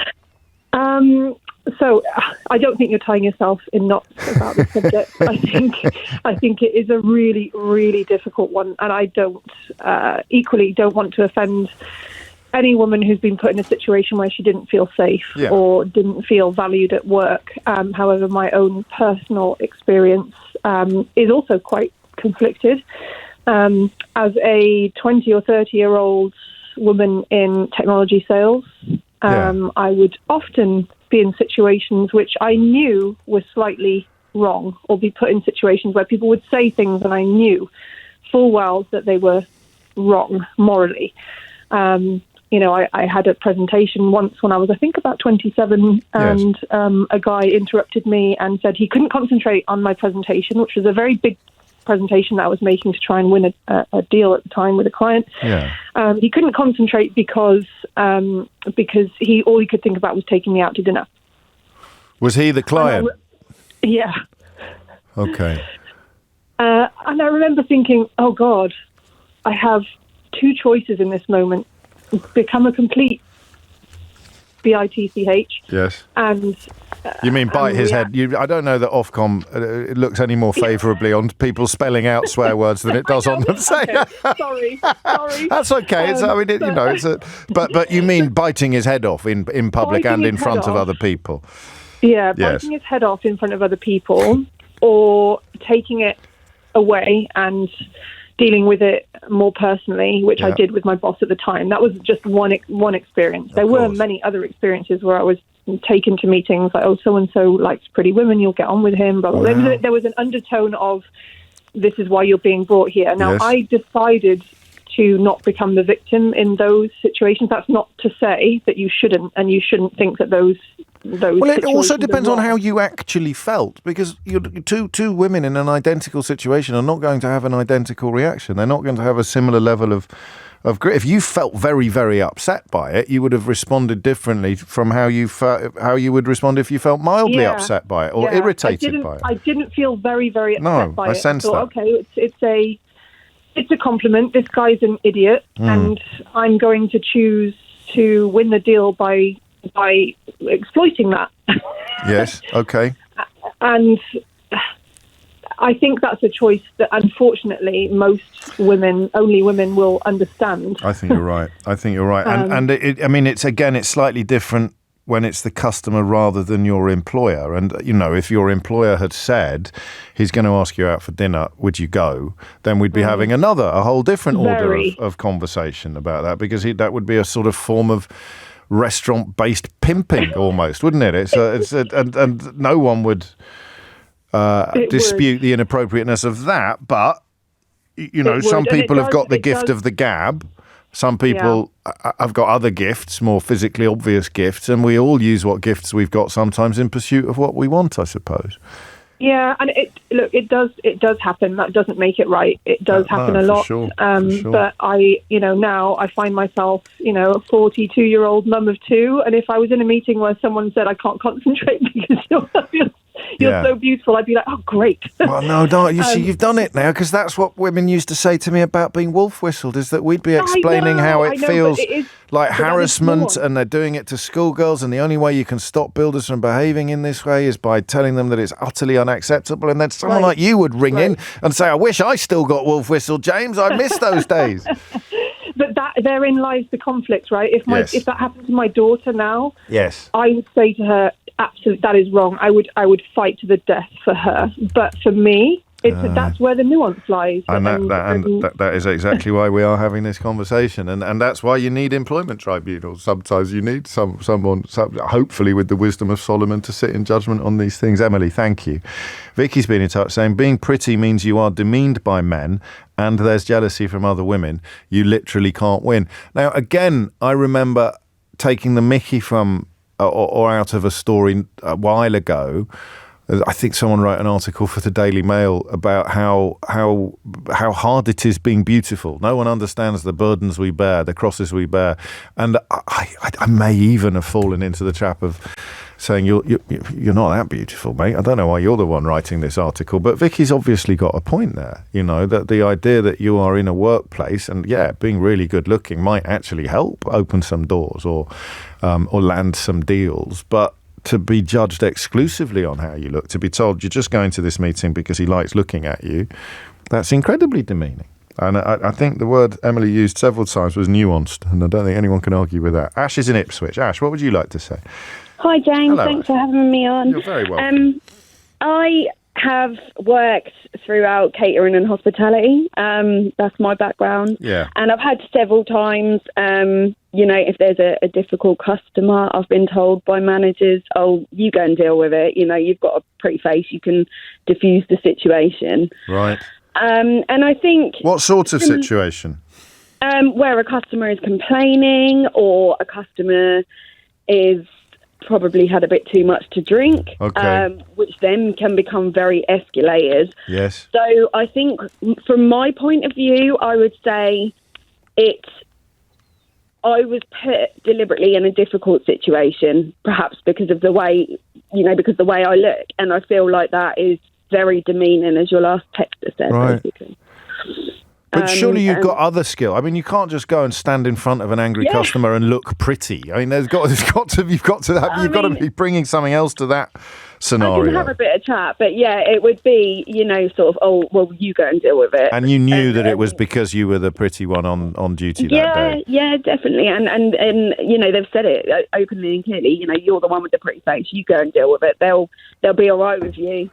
And I just think it is demeaning, and I think there's a time and a place for compliments and for delivering those, as the same as what you were talking about with wolf whistling in the street. There's a time and a place, and I just think if you're bringing that into someone's characteristics in a role, it is demeaning. I mean, obviously, there are some advantages as you've talked about. But I think that's it, though, isn't it? Because you might, you could say, all right, don't accept those advantages if you don't like the disadvantages.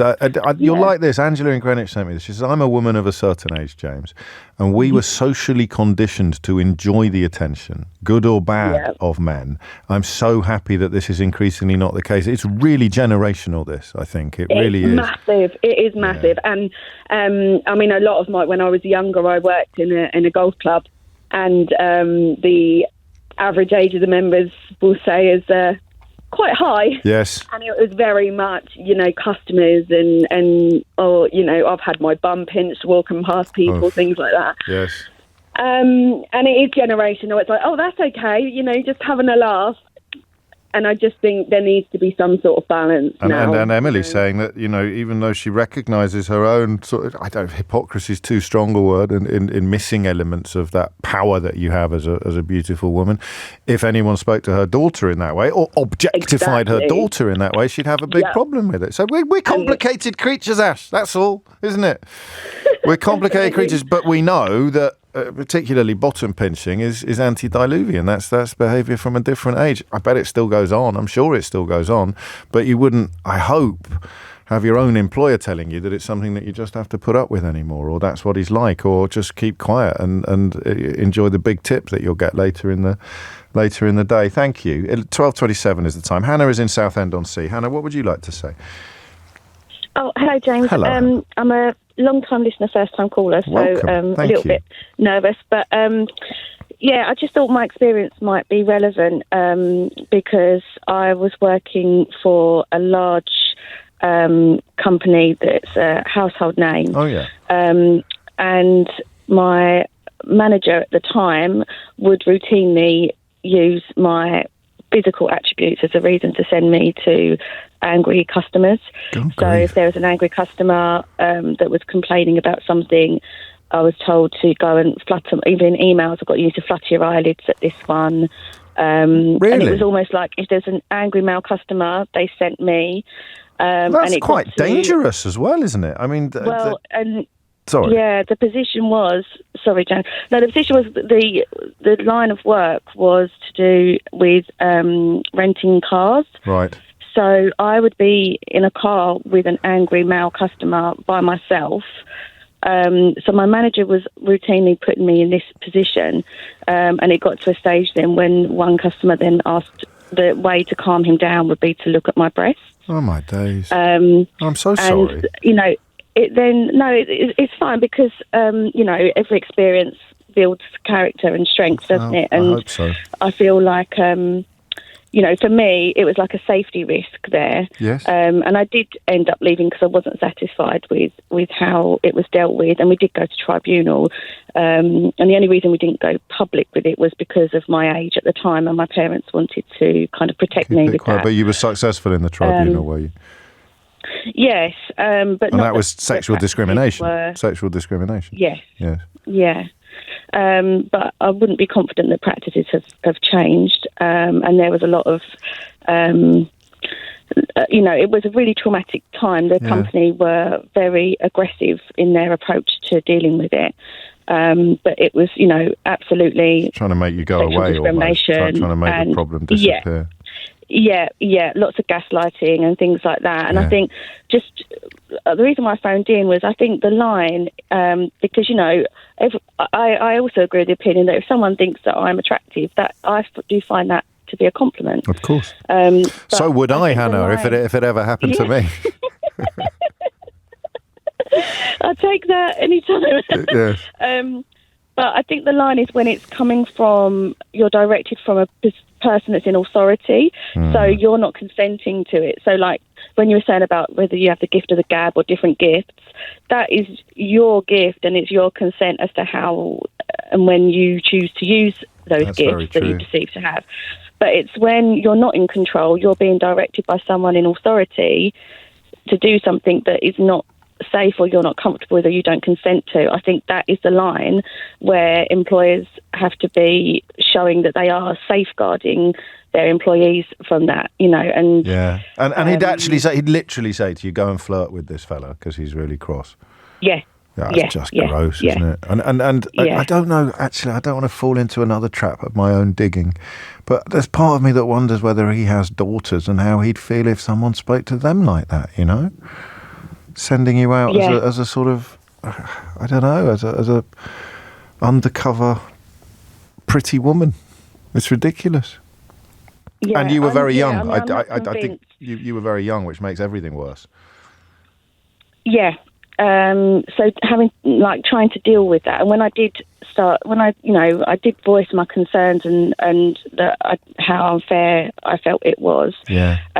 We were washing cars one night, and he then jet washed me. Like it got quite nasty to because they didn't really want me to create problems for them. Or highlight the practices that were happening in his branch. It's just a bit of fun. It's just a bit of fun. It's just banter. Yeah, and it was his mismanagement why the customers were angry in the first place, and he didn't like someone really. No. You learned, like you said, you learned a lot from that, and I'm sorry that you had to, but it really helped me come to a much better understanding of the whole issue, and I hope your subsequent employment experiences have been. I sense they probably have been much happier. Thank you, Hannah. Take care. The time is 12:32. We'll cross to Amelia Cox for the headlines, but there is a chance that Metropolitan Police conference will start, in which case we will cross immediately to that live. It's 12:32. James O'Brien on LBC.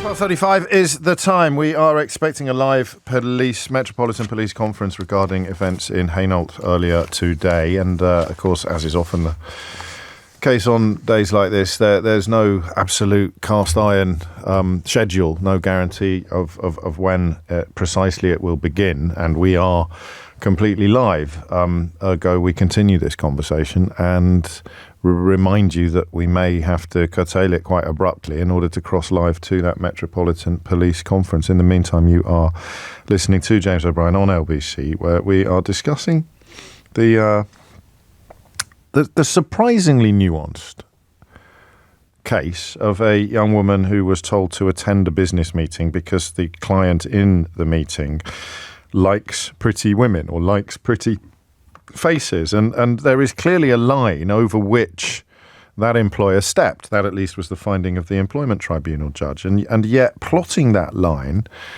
depends upon quite a lot of variables, not all of which are immediately obvious. Just in case you wondered why I said I worried that I was setting a trap for myself when I found myself wondering what Hannah's former manager would have thought about someone treating his daughters in the way that he treated her. Emma has helped me, actually, not for the first time, understand my own feelings that I couldn't necessarily articulate when they write, it is a trap. Women shouldn't have to, quotes, belong, end quotes, to a man to warrant humane treatment. Mother, wife, daughter, girlfriend, they're all relations to men. And if someone has to think of them in those terms to have that basic human empathy, then it shows somewhat of a misogynist disconnect, even if subconscious. Such is my character. I'm now tempted to defend myself by saying, no. I was thinking it might help him, the misogynist, realise how out of order he was. I wasn't suggesting that but that's splitting hairs, isn't it? Because I said, well, what would he think if it was his own daughter? So I'm saying he would only be able to appreciate how inappropriate he was behaving if he imagined someone behaving that way towards his daughter. Thank you, Emma, as always. Sally's in Stourbridge. Sally, what made you pick up the phone? Hello, James. Hello, Sally. Because it just brought back terrible memories that I couldn't believe actually happened to me. And as I haven't got much time, I'm going to go straight to the nub of it. Carry on. I was in an interview where the interviewer suggested that the way I dressed was in order to ingratiate myself with the client. Gosh. Bearing in mind I was just wearing an ordinary black skirt and a green shirt, and I was trendy but professional. He then went on to say, do I always wear hoop earrings? Because that, of course, my clients would like. I don't go into details, but there is a reason for that. Okay. And then he said afterwards, I heard about it afterwards, to my boss, who was on the interviewing panel, and a formidable feminist, no wonder she doesn't have any problems getting her own way with the head teachers looking the way she does. It's just rude as well as inappropriate. I know, and I was so upset. I can't tell you how upset I was, James. But mainly because she didn't stand up for me. That I made a complaint to HR. Sorry to interrupt, but that's what other people have meant by the envy, perhaps the jealousy. So you don't actually, you say ardent feminist, but that was the opposite of feminism. Well, everyone had a crush on this guy. He was attractive. He was powerful, and he used his position. I complained. HR sent him on a course, a sort of sexual awareness course, and he and another guy behaved so badly on this course. But she said there was absolutely nothing she could do with them, and there was nothing she could do about it either. No, I guess things have changed, but that was a long time ago, and it stayed with you. It was a long time ago. Oh, my God, yes, it just came flooding back. The next day, I felt like going to work with a bag over my head. But you didn't. I didn't know, but I felt as though I really felt as though it was an attack on me personally that I didn't behave professionally. But do you know what? Yeah, but there's the other thing there as well, which has been missing from this conversation, is that if you were good at that element of your job that you just described, then they're actually diminishing your talents and your efforts by saying, oh, it's all just because of the way she looks. It's got nothing to do with the fact that she's, worked hard at this or done that or has empathy or understands this or is very good at people skills or is very good at dealing with difficult clients. It's all just because she's wearing a black skirt and has got a pretty face. That's exactly what it was. I mean, I was used to getting attention, but never in my professional life. People behaved professionally. And the thought that maybe it wasn't because I was so good at my job. Yeah, no, and that's blatant discrimination, and there's no real way that they'd ever speak to a man like that. Sally, thank you. I'm sorry for your trouble. I'm sorry to have brought it back into your memory this morning, but if we look for some optimism from this whole scenario, it would probably be that things things have got better. There's still time for more calls on this. 0345 606 0973. I've got the Met Police news conference starting imminently regarding the apparent attack in Hainault earlier today. Police due to give an update on the 5 people injured in East London in what is being described as a sword attack. So do bear in mind that may kick in mid-conversation. So I had a little wince there because we've got a bloke on the line. Phil's in St Helens. Phil, what made you pick up the phone on this particular topic? Hi, James. It was just on the basis that there was a couple of things that happened in the past that I'd never really batted an eyelid about previously until you raised this today. So I worked in financial services, or still do, but worked in financial services for years, and it wasn't uncommon for me to be told to come to this meeting because this client, she likes a smart young man.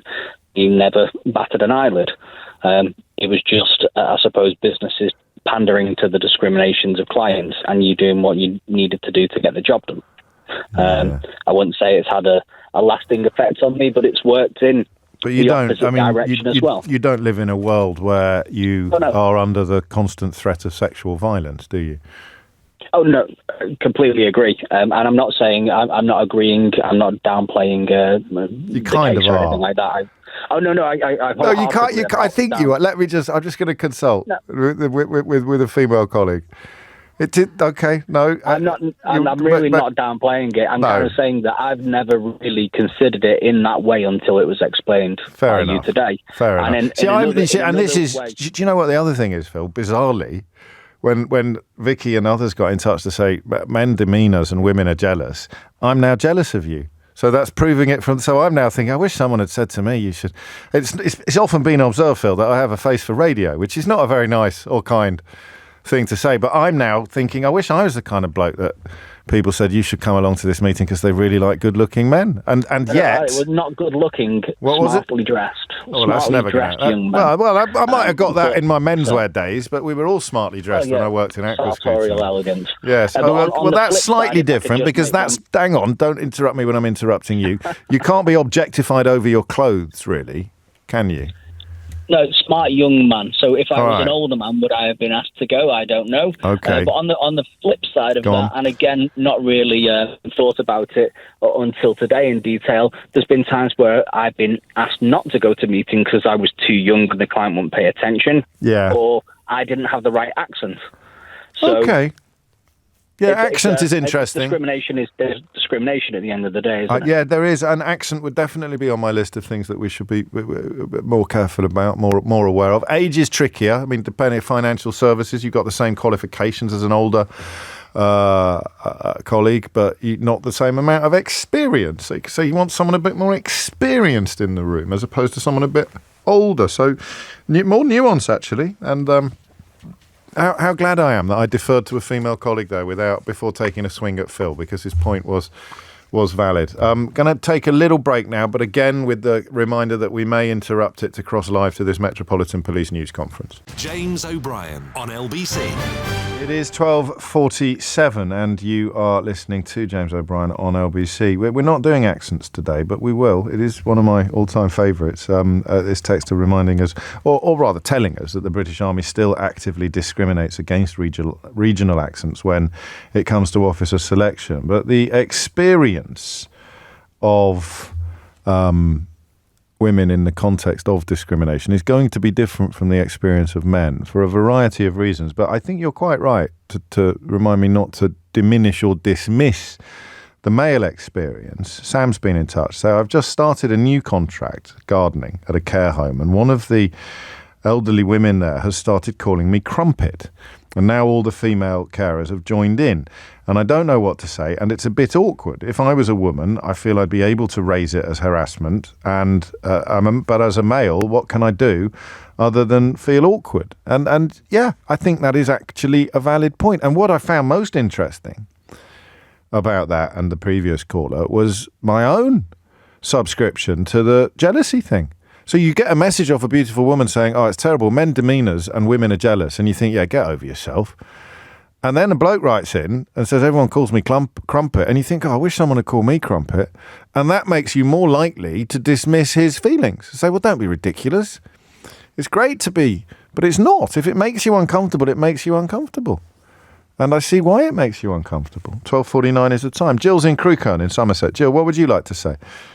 Oh, hello, James. Hello. Yes, I worked with a colleague who was actually a young, pretty Asian girl. Yes. And it was in a management training environment. And a male colleague from the tutoring staff started coming to lunch with our team. And it was pretty obvious that it was because she was there and she was studying, so he was going to help her with her dissertation and she could come down to his house and study with him. And the rest of the team were very protective of her, especially because she was so young. And we were like, no, you're not going anywhere. If you go there, one of us will come with you. Gosh. And it's the feeling that women are going to be jealous of other women being pretty. It's not actually the case. Sometimes it brings out the caring part of other women, and they don't want to see another woman discriminated and put into a predatory situation. It's not comfortable for other women to witness this. So it highlights the whole, it puts a tension within an entire department, which isn't jealousy, it's protectiveness. No, of course. You want to be concentrating on your job. You don't want to be thinking, I've got to make sure that this female colleague is safe because there's somebody trying to be predatory with her. Yes.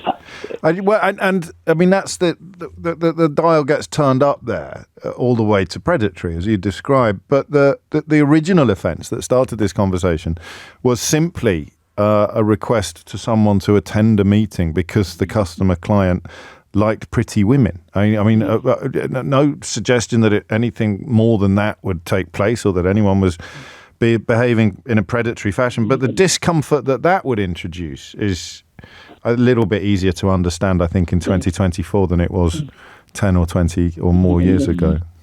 Well, it implies consent to someone being sexually predatory. Yes. That's the bit that gets me, is you're saying that behaviour is okay, therefore the next step is, can be uncomfortable, then it can turn into sexual, then it can turn into being predatory. So it all starts with something little.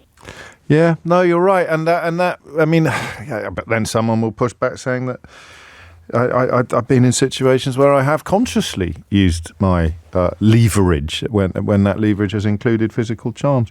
Thank you, Jill. I got I just checked this one out because I thought when I said it that it might be problematic, but when I said you can't be objectified over your clothes, what I meant was that a man saying they want a smart young person at the thing is obviously can be objectified over short skirts and low cut tops and things like that. I've lost the one that I wanted to read out. I think it was from Debbie. It was a lovely message that arrived while I was feeling sorry for myself for not being George Clooney, and it just said, here it is. Thank you, Deborah. It said, while at your book signing in Manchester, James, I told you that I was in danger of becoming a groupie. I only found out the following day the true meaning of the word and have been mortified ever since. This is my chance to apologise. Thank you, Deborah. There is absolutely no need to apologise, but we cross live now, I think, to the Hainault in East London, where Chief Superintendent Stuart Bell is giving an update on this morning's incident. This morning. It is a prepared statement, and afterwards I won't be taking any questions, and if I do, I'll be referring back to the information in the statement, purely because this is a very fast-moving incident, and we will, of course, share as much information as we can when we get the detail and we can share it. You will be aware that a serious incident occurred here at this location this morning. Police and ambulance services were called and deployed to a number of casualties. It is with great sadness that I confirm that one of those injured in the incident, a 13-year-old boy, has died from their injuries. He was taken to hospital after being stabbed and sadly died a short while after. The child's family are being supported, firstly by my local officers and now with some specialist officers, and everyone across the Met is keeping them in our thoughts at this unimaginably difficult time. The events of this morning are truly horrific, and I cannot even begin to imagine how those affected must be feeling. My thoughts are with the injured, their families and the wider community as we all begin to come to terms with what has happened and try to understand what has happened here. I know that there will be clearly and understandably a desire for answers and an explanation as to what happened. Our investigation is in its very early stages, and my officers are working right now to establish the full facts as a priority, and we will share what we can when we can with the wider community and of course with yourselves. A 36-year-old is currently in custody. He was tasered here at the scene and arrested 22 minutes after the first call was made to police shortly before 7 a.m. this morning. I want to confirm at present that we do not believe there is any ongoing threat to the wider public, and we're not seeking any other persons. The incident does not appear to be linked to any act of terrorism. We know now that during the incident 5 people were injured, 3 members of the public and 2 of my local officers who were responding to the call. 2 of those members of the public remain in hospital. Thankfully, their injuries are not believed to be life-threatening. The 2 Met police officers are also currently in hospital with stab wounds. Both require surgery and have significant injuries, but we believe at this stage that they were not life-threatening. I commend the incredible bravery of not just the police officers but the other emergency responders who came to this scene this morning. I would ask anyone with information or any footage that would help us with this investigation to share that and call 101, please. I know the families of those involved, the local and wider community, and many across London will want to know why this terrible incident occurred. And it's our job to find that out, and we will. I am committed to providing those answers when we can, and I would ask for some patience while this important work is carried out. Thank you for your time. Mr. Bell, was the man arrested yesterday? The male was arrested this morning at the scene. Was he previously arrested? I'm not going to be commenting on any of those questions other than the information that I've released. We will share that information when we feel it's appropriate and when we know the answers. Okay. Was the suspect known to the police, sir? Was the suspect known to the police? So we do not believe this to be a targeted attack, and we are establishing the circumstances at the moment. And okay, thank you. Was the suspect known to the police, sir? No further questions, I'm afraid. So thank you. So as you've just Chief Superintendent Stuart Bell there giving an update on that incident in Hainault early today and confirming, or revealing actually, that a 13-year-old boy had died in what has been described as a sword attack, 4 others injured, and details of those injuries contained within that statement. Time it's just gone 12:57. 2 Met police officers as well requiring surgery, but the death of a 13-year-old boy in a residential area in north-east London just being confirmed there by the Chief Superintendent. Crikey, what an absolutely terrible story.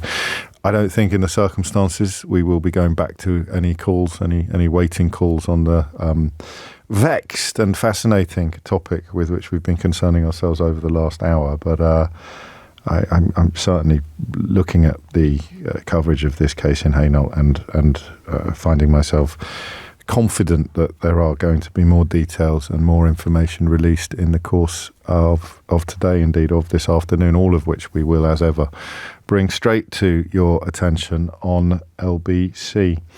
I suppose a quick look back over the programme, and it was back to Brexit territory that we found ourselves travelling at 10 o'clock this morning, perhaps inevitably, but gratifyingly, I think we managed to find at least some common ground, and that, I hope, sets the tone for conversations in the future, because I'll tell you something for nothing, and that is that it's not going away, however much you may want it to. The actual measurable, real consequences of voting to become the first population in the history of humanity to impose economic sanctions on itself is going to be a generation-defining story. It is almost going to be the polar opposite of what happened post 1976, in that on this occasion the people keeping the story, keeping the flames alive, will be the ones telling the truth, not the ones peddling the xenophobic lies. But anyway, if you missed that or any of today's show, you can listen back on Catch Up on Global Player, the official LBC app, where you can also pause and rewind live radio. Download it now for free from your app store or head to globalplayer.com. Coming up at 4 on LBC, it's Tom Swarbrick, but now it's time for Sheila Fogarty. James O'Brien on LBC.